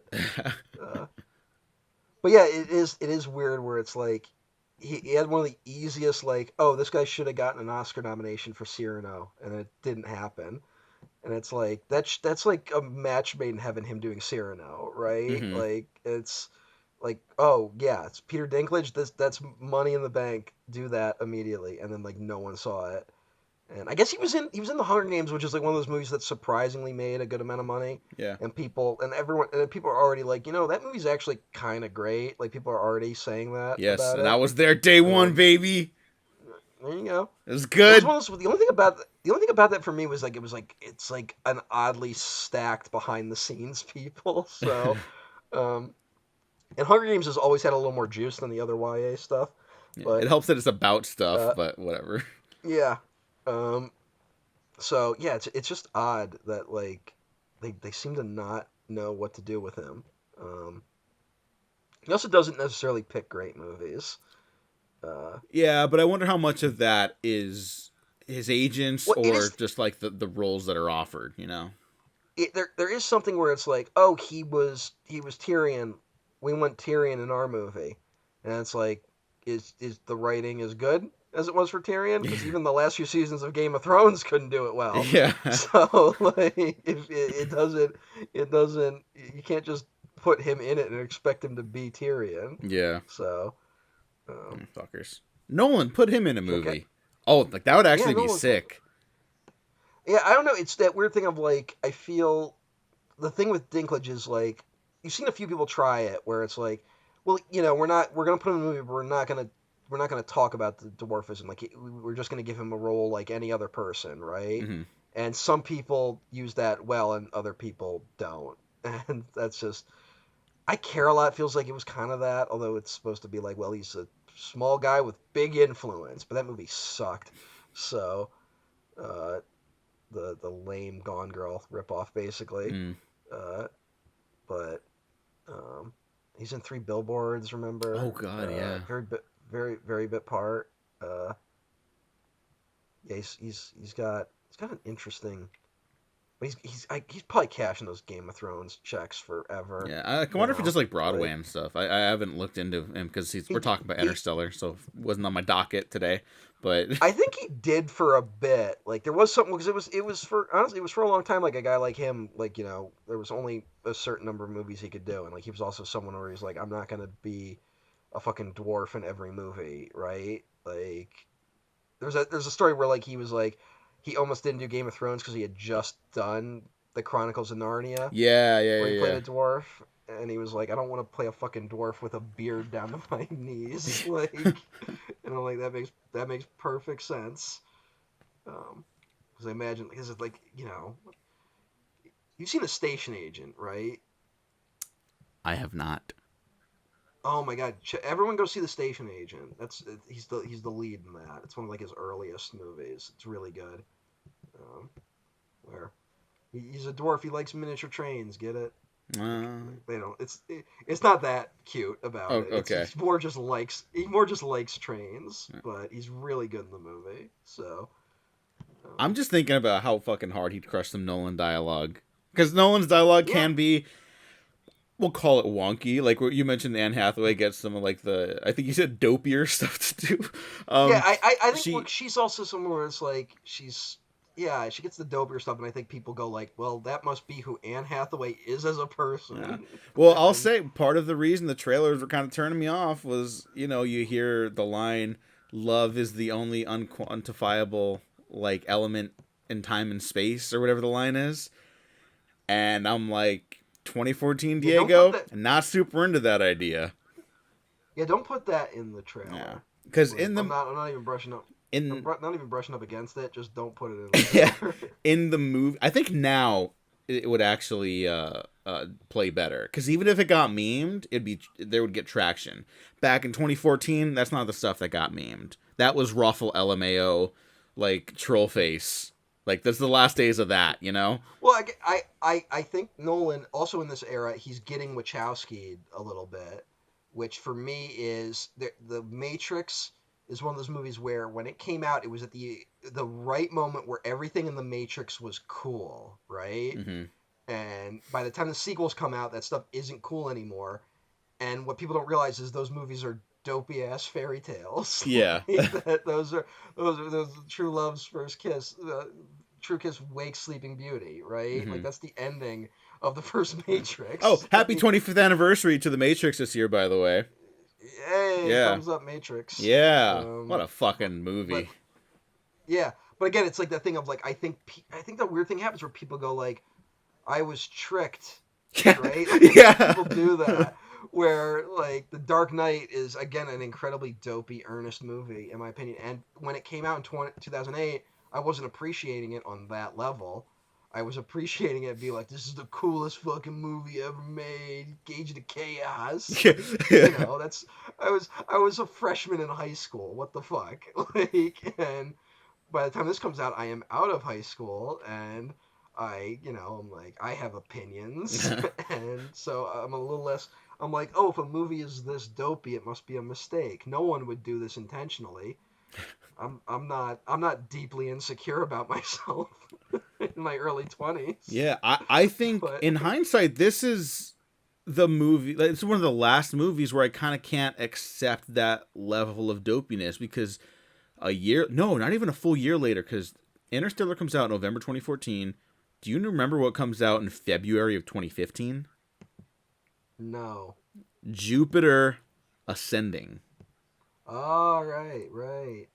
And then Force Awakens Yeah. comes out 2015. And I think, oddly enough, those two science fantasy films kind of start breaking down my barriers about like No, what I would is say, like dopey or acceptable, because I end up loving Force Awakens way more than I thought I would at the time. I love Star Wars more now than I did like as a kid, basically. yeah, I think yeah I guess in that brief period between Force Awakens and Revenge of the Yeah, Sith. yeah.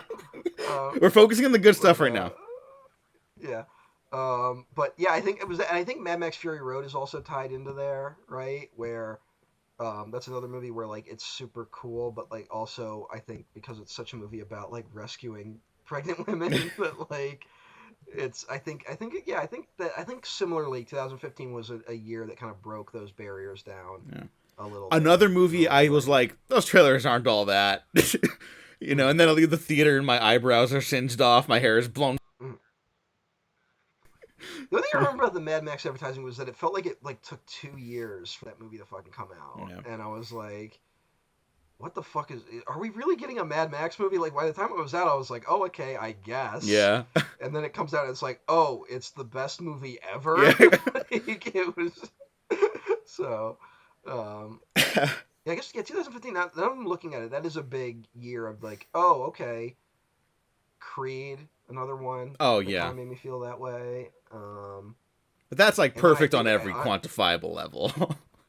I think another movie that in an odd way helped, I think, is Jurassic World, because that's such a like deeply cynical movie that when confronted with it, I was like, oh, that's what a bad movie is, right? I'm Right? still Because I'm still chomping at the bit of that movie until I rewatch it at home, and then I'm like, oh no, it doesn't everyone work. was, everyone was, and that's why I paid money to see it. Yeah. Like everyone was like, this movie's good, Matt, go see it.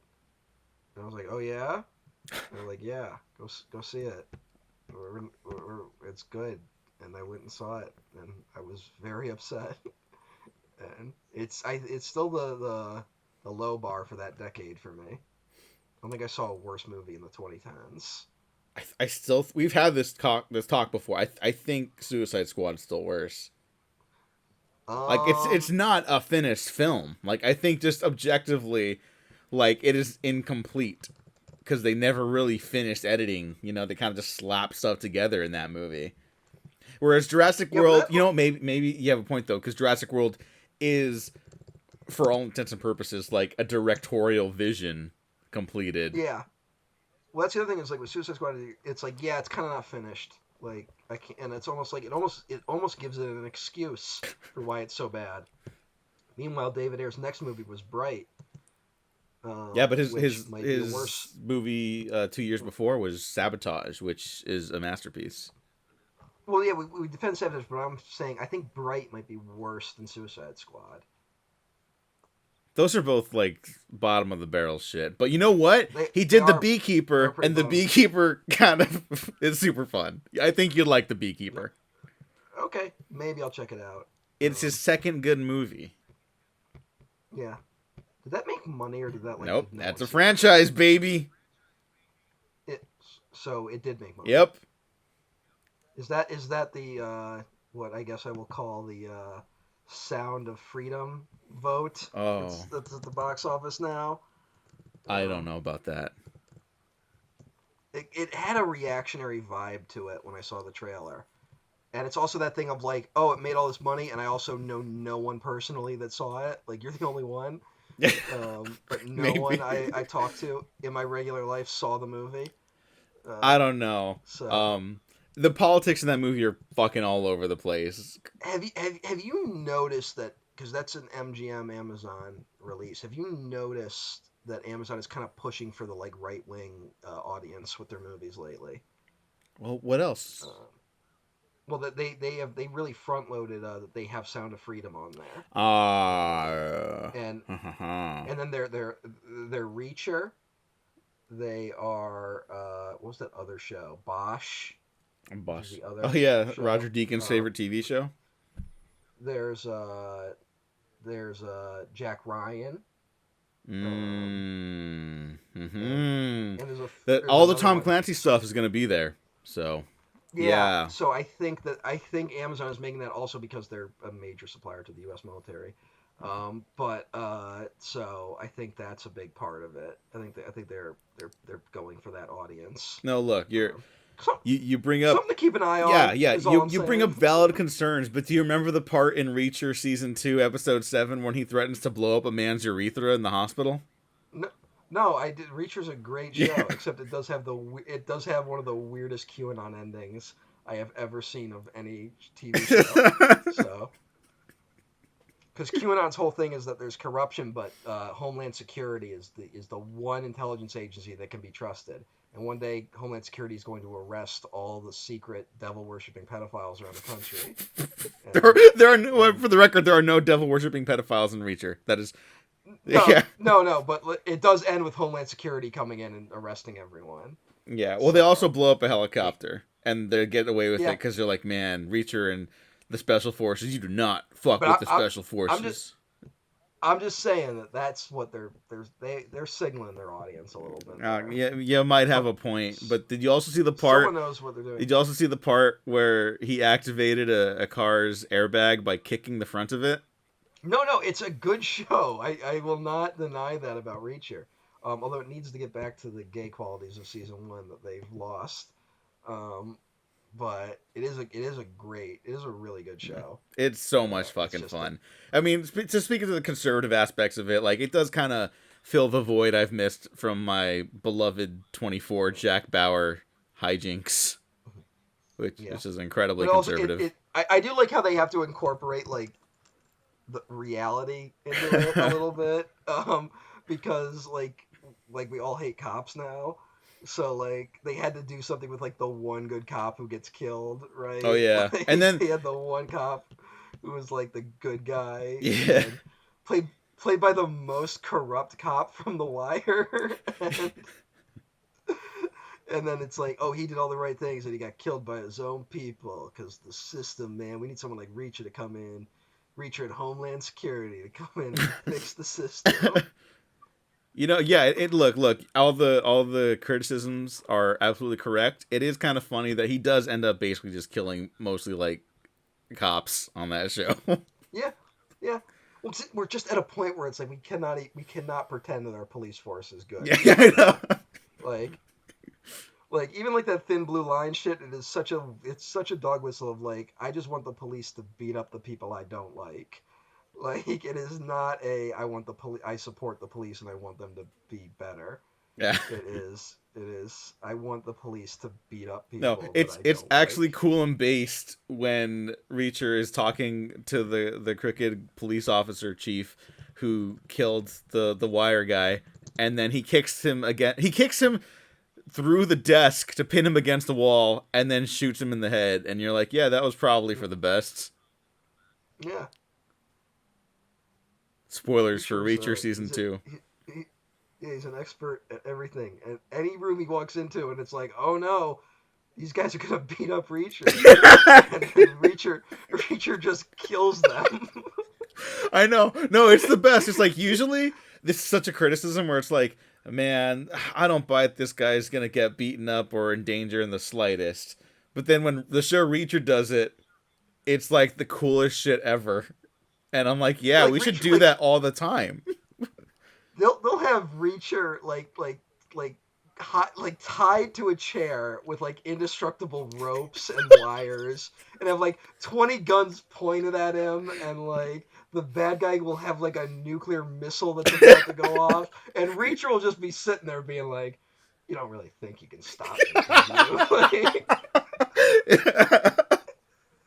it's so fucking funny. I'm just like he's got that the smirk that I'm even doing when I'm talking right now, where it's like you really think you can outsmart me? Like I'm Jack Reacher, Oh, it's so fucking sick.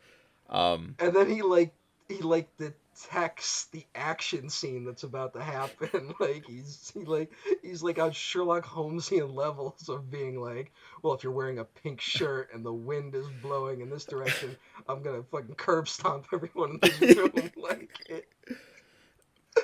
oh my god, Reacher, Reacher's a very special oh, I show. found out. some, I don't remember what website, but when they were tallying up like responses to Reacher season 2, right? Like, oh, Reacher's back. Here's what the fans are saying. I guess one of my tweets made a headline because I called it like Sherlock Holmes for Oh. drunk alcoholics or like divorced alcoholics. Um, and they're I mean, not wrong. yeah, and I mean that only as a positive, but that Yeah, thankfully that website uh, also understood that was a big positive. So I was like, yeah, yeah. good job. Was like anything other than like the whole like Homeland Security thing? Anything I could say that's a criticism of Reacher is what makes the show good, right? That it's just like, and it would not work with any other Yeah. show, like if it's like Reacher's odd because there's like no tension really, like because he's Reacher, like he's gonna win, The like only time other characters in the show are in danger is when Reacher is not standing next to them. Yeah, That's it. exactly. If Like, Reacher's there, they're good. If he's not, they're in trouble. Reacher just needs to be within like the square mile that they are. Like as long as Yeah. he's that, like, because like the people can be cornered, and then Reacher will just come flying through the wall like the Kool-Aid Man and fucking like beat the shit out of whoever the fuck they're mad at. Reacher could have But solved Interstellar. he would have like punched the Tesseract and like saved the universe. I mean, we you know what? Like, he could have gotten a fist fight with Matt Damon, who we haven't really talked Oh about. yeah, we should start wrapping up. But But yeah, Matt we Damon's should. in But this, and Matt Damon, who is committed to being the biggest dummy on the planet, another tour de force performance. I know we're all like up and down on Damon because like he like will pick a good movie and then he will like say something insane yeah, and like he's an odd person, right? hmm Uh, but he's he's great. I think he's great in I this. do too. I don't think anyone disagrees. No, no. Um, I had his appearance and spoiled for me, obviously, because I saw this like a year after release. I So, don't remember it being a secret though. I remember him being. I remember that was like he was one of the early cast announcements. Now who he was in the movie, I don't think anyone knew. But I remember. I don't remember going in being like, "Oh, it's Matt Damon." I remember for a minute thinking he was the robot. Like I was like, "Oh, did he voice the robot?" And I'm like, "No, that's not him." But I just remember. Yeah, this is how far is this after? Where's True Grit and all this? Another movie where he plays a dummy. that's like 4 years Um, before. yeah, it's like True Grit. He's a dummy. And they kind of, yeah, it's weird. Like they keep trying to make him Jason Bourne again, but he's good at playing dummies. Yeah, I mean So he's a dummy it, in the Ocean's movies, but he does learn how to be cool. He's still like a dummy, but like his last yeah, line in the movies is like, see you when I see you, and they're like, oh, okay, I'll see you when I see you. Like, oh, now he's cool, but he's still like the little boy in the group. and then I mean, he was just in Oppenheimer this year, and he's so good as just the. He's almost like the exacerbated like principal. Yeah, Like he's like I'm dealing with all the nerds. yeah, Like it's really funny. near In zero. the No, but it's just like I just like his frustration at like every time fucking Oppenheimer does something. Yeah, It's just it's a funny performance. Then he gets the one big moment where it's um, like I wouldn't approve of any of those guys. Like where he kind of stands up for Oppenheimer hmm in that moment, and it's like, oh, and I had Casey Affleck shipped away, and I didn't even tell him.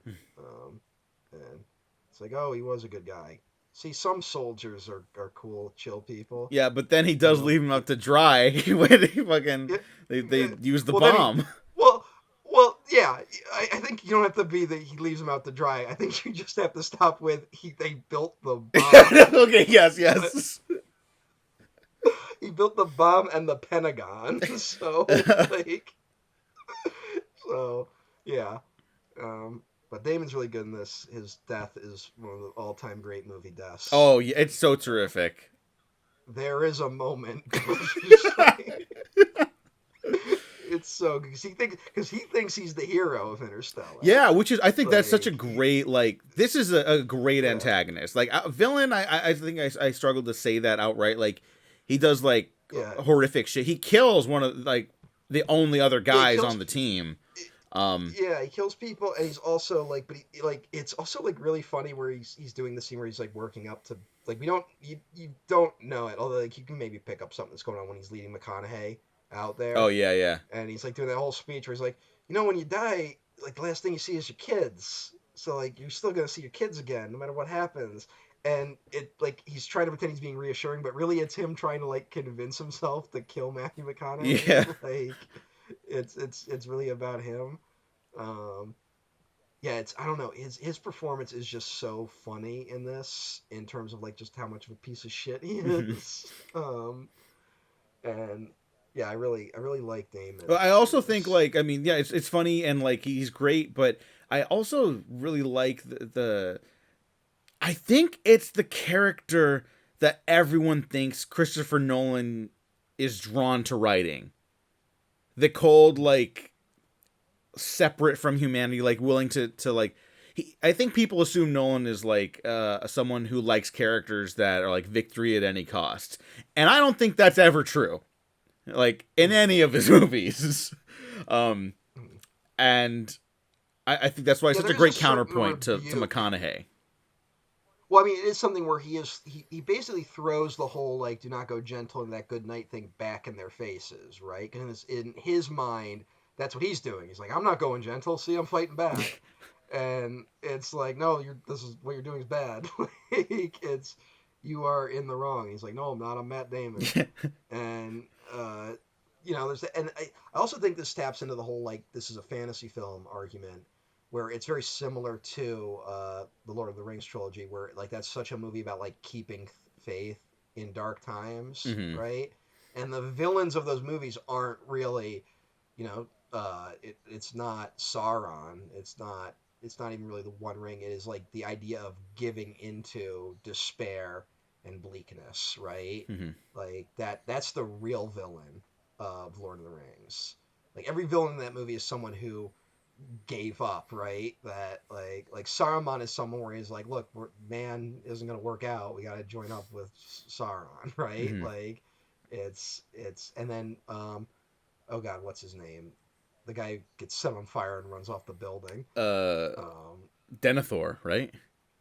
yeah, yeah. I mean, he's the ultimate version. He's basically Damon's character, right? Yeah, Like yeah. where he gives into ultimate despair, and like in that movie, like that is the worst thing you can do, you know, Hmm.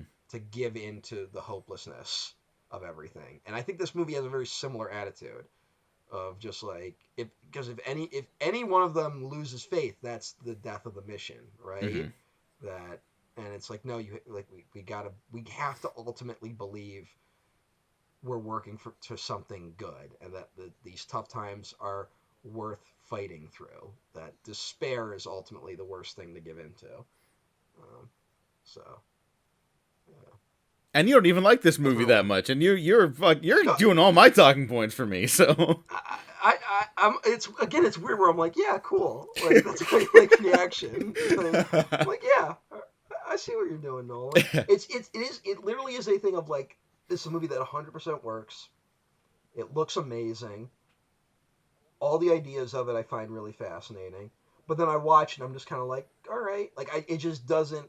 I'm never like sucked into it, you know. hmm. Like there is no like thing where I'm like, yes, like where as opposed to like something like Oppenheimer, which very much is like, yeah, like that really gets me into it, you know. And I'm weird with Nolan like that, where like I feel similarly about Inception, where like Inception is like a really like it works.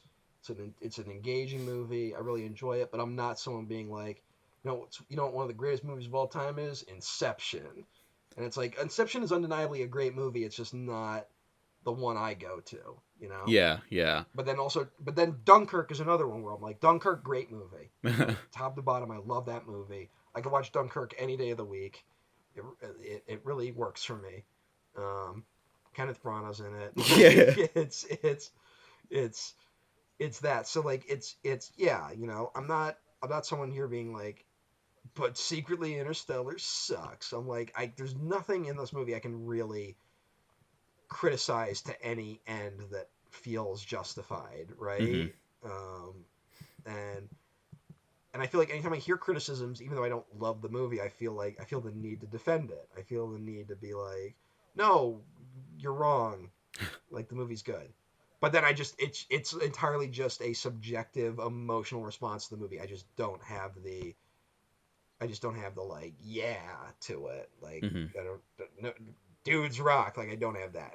I'm also similarly that with Tenet, where like a lot of people love Tenet and are really engaged with it, and I have more criticisms of Tenet than I do of Interstellar. And it isn't even a like the movie doesn't work. I just don't know what's happening by the last 20 minutes of that movie. Like Join I've the watched the club. movie 3 times. Yeah, and I kind of need to know what's going on a little bit more than and that's a subjective thing. That is not if you are like I don't need it. That's not this isn't a like an objective criticism of the movie. It's just for me. I'm like I need to know a little bit more for me to really vibe with it. And uh, so like for me, so Tenet is another one where like yeah, it's a good movie, but it's just not my thing, right? Mm-hmm.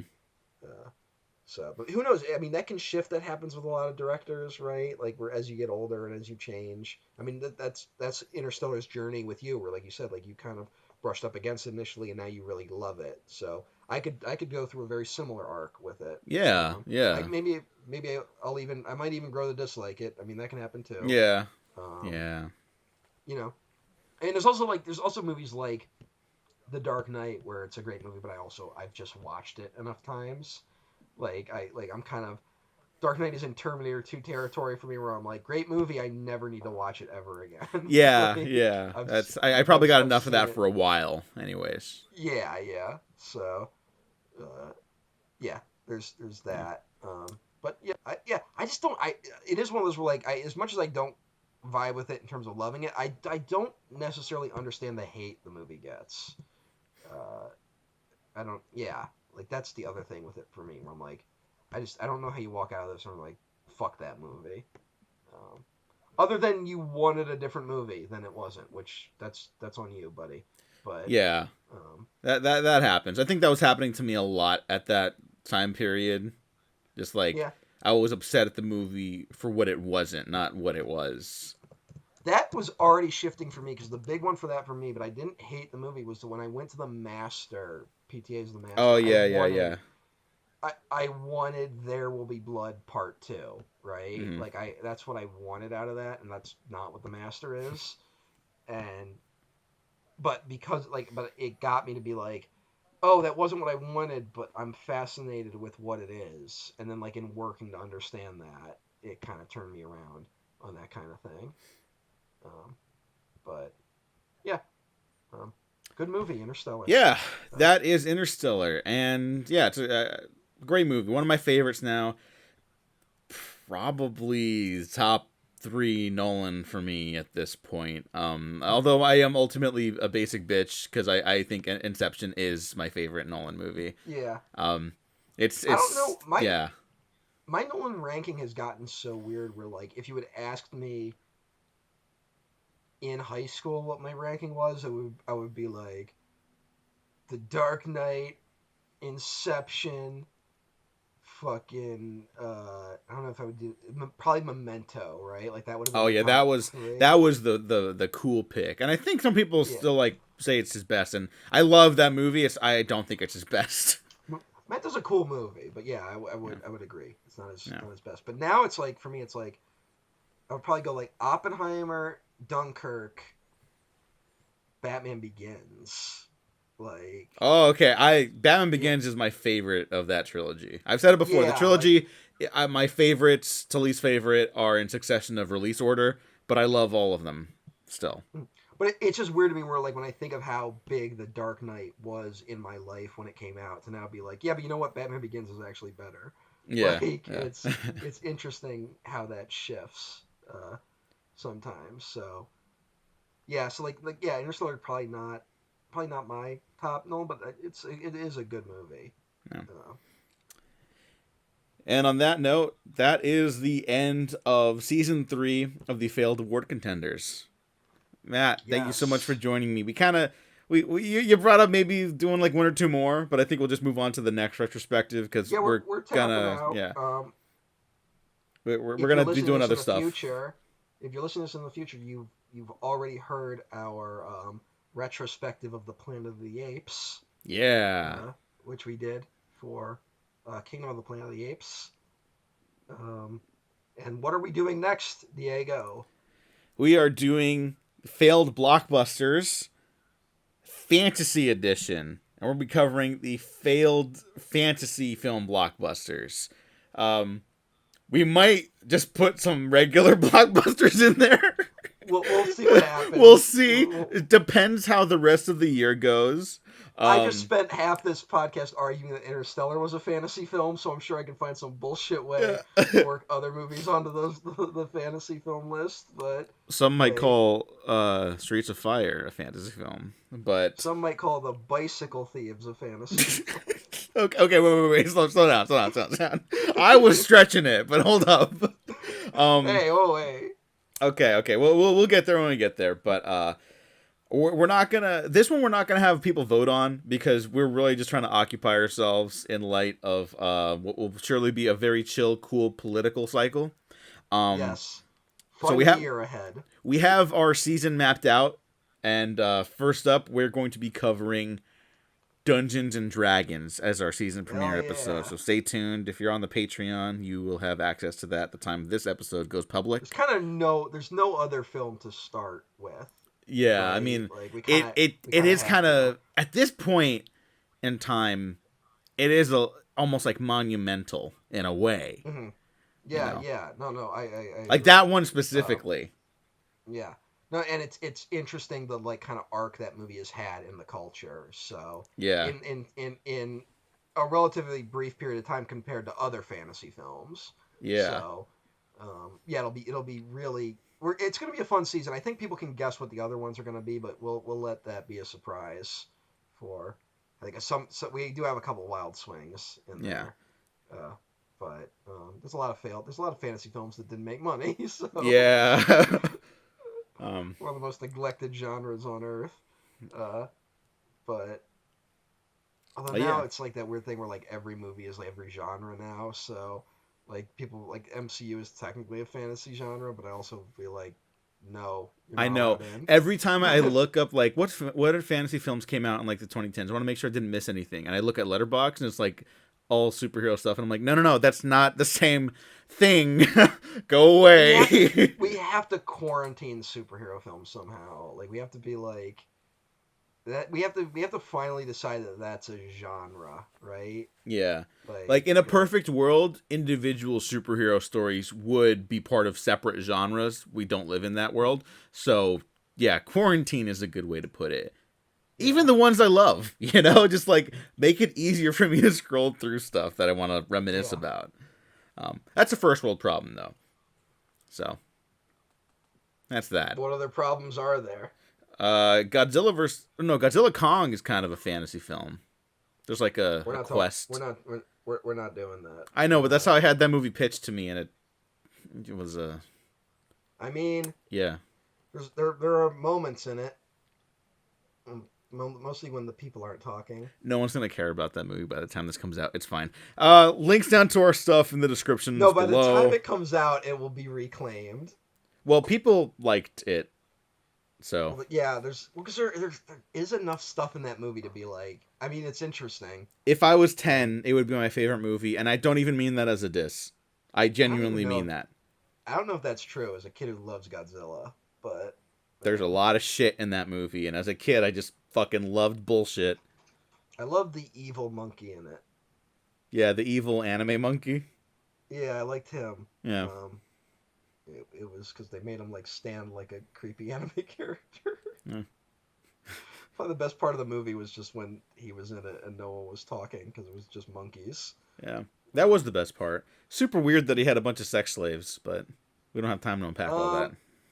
Yeah, that is weird, but like I kind of like that it went there because it's like what, but then it's like then we got people making like dumb jokes and he's like, oh, I play the music when I fly the ship, and it's like these two things shouldn't be in the same movie. What are you doing? Who let you do this? Thanks for listening. Thanks for watching. Also, We how have do you been do two Godzilla Kong movies and not learn how to like make them look big? professionally unprofessional. That's embarrassing. Goodbye.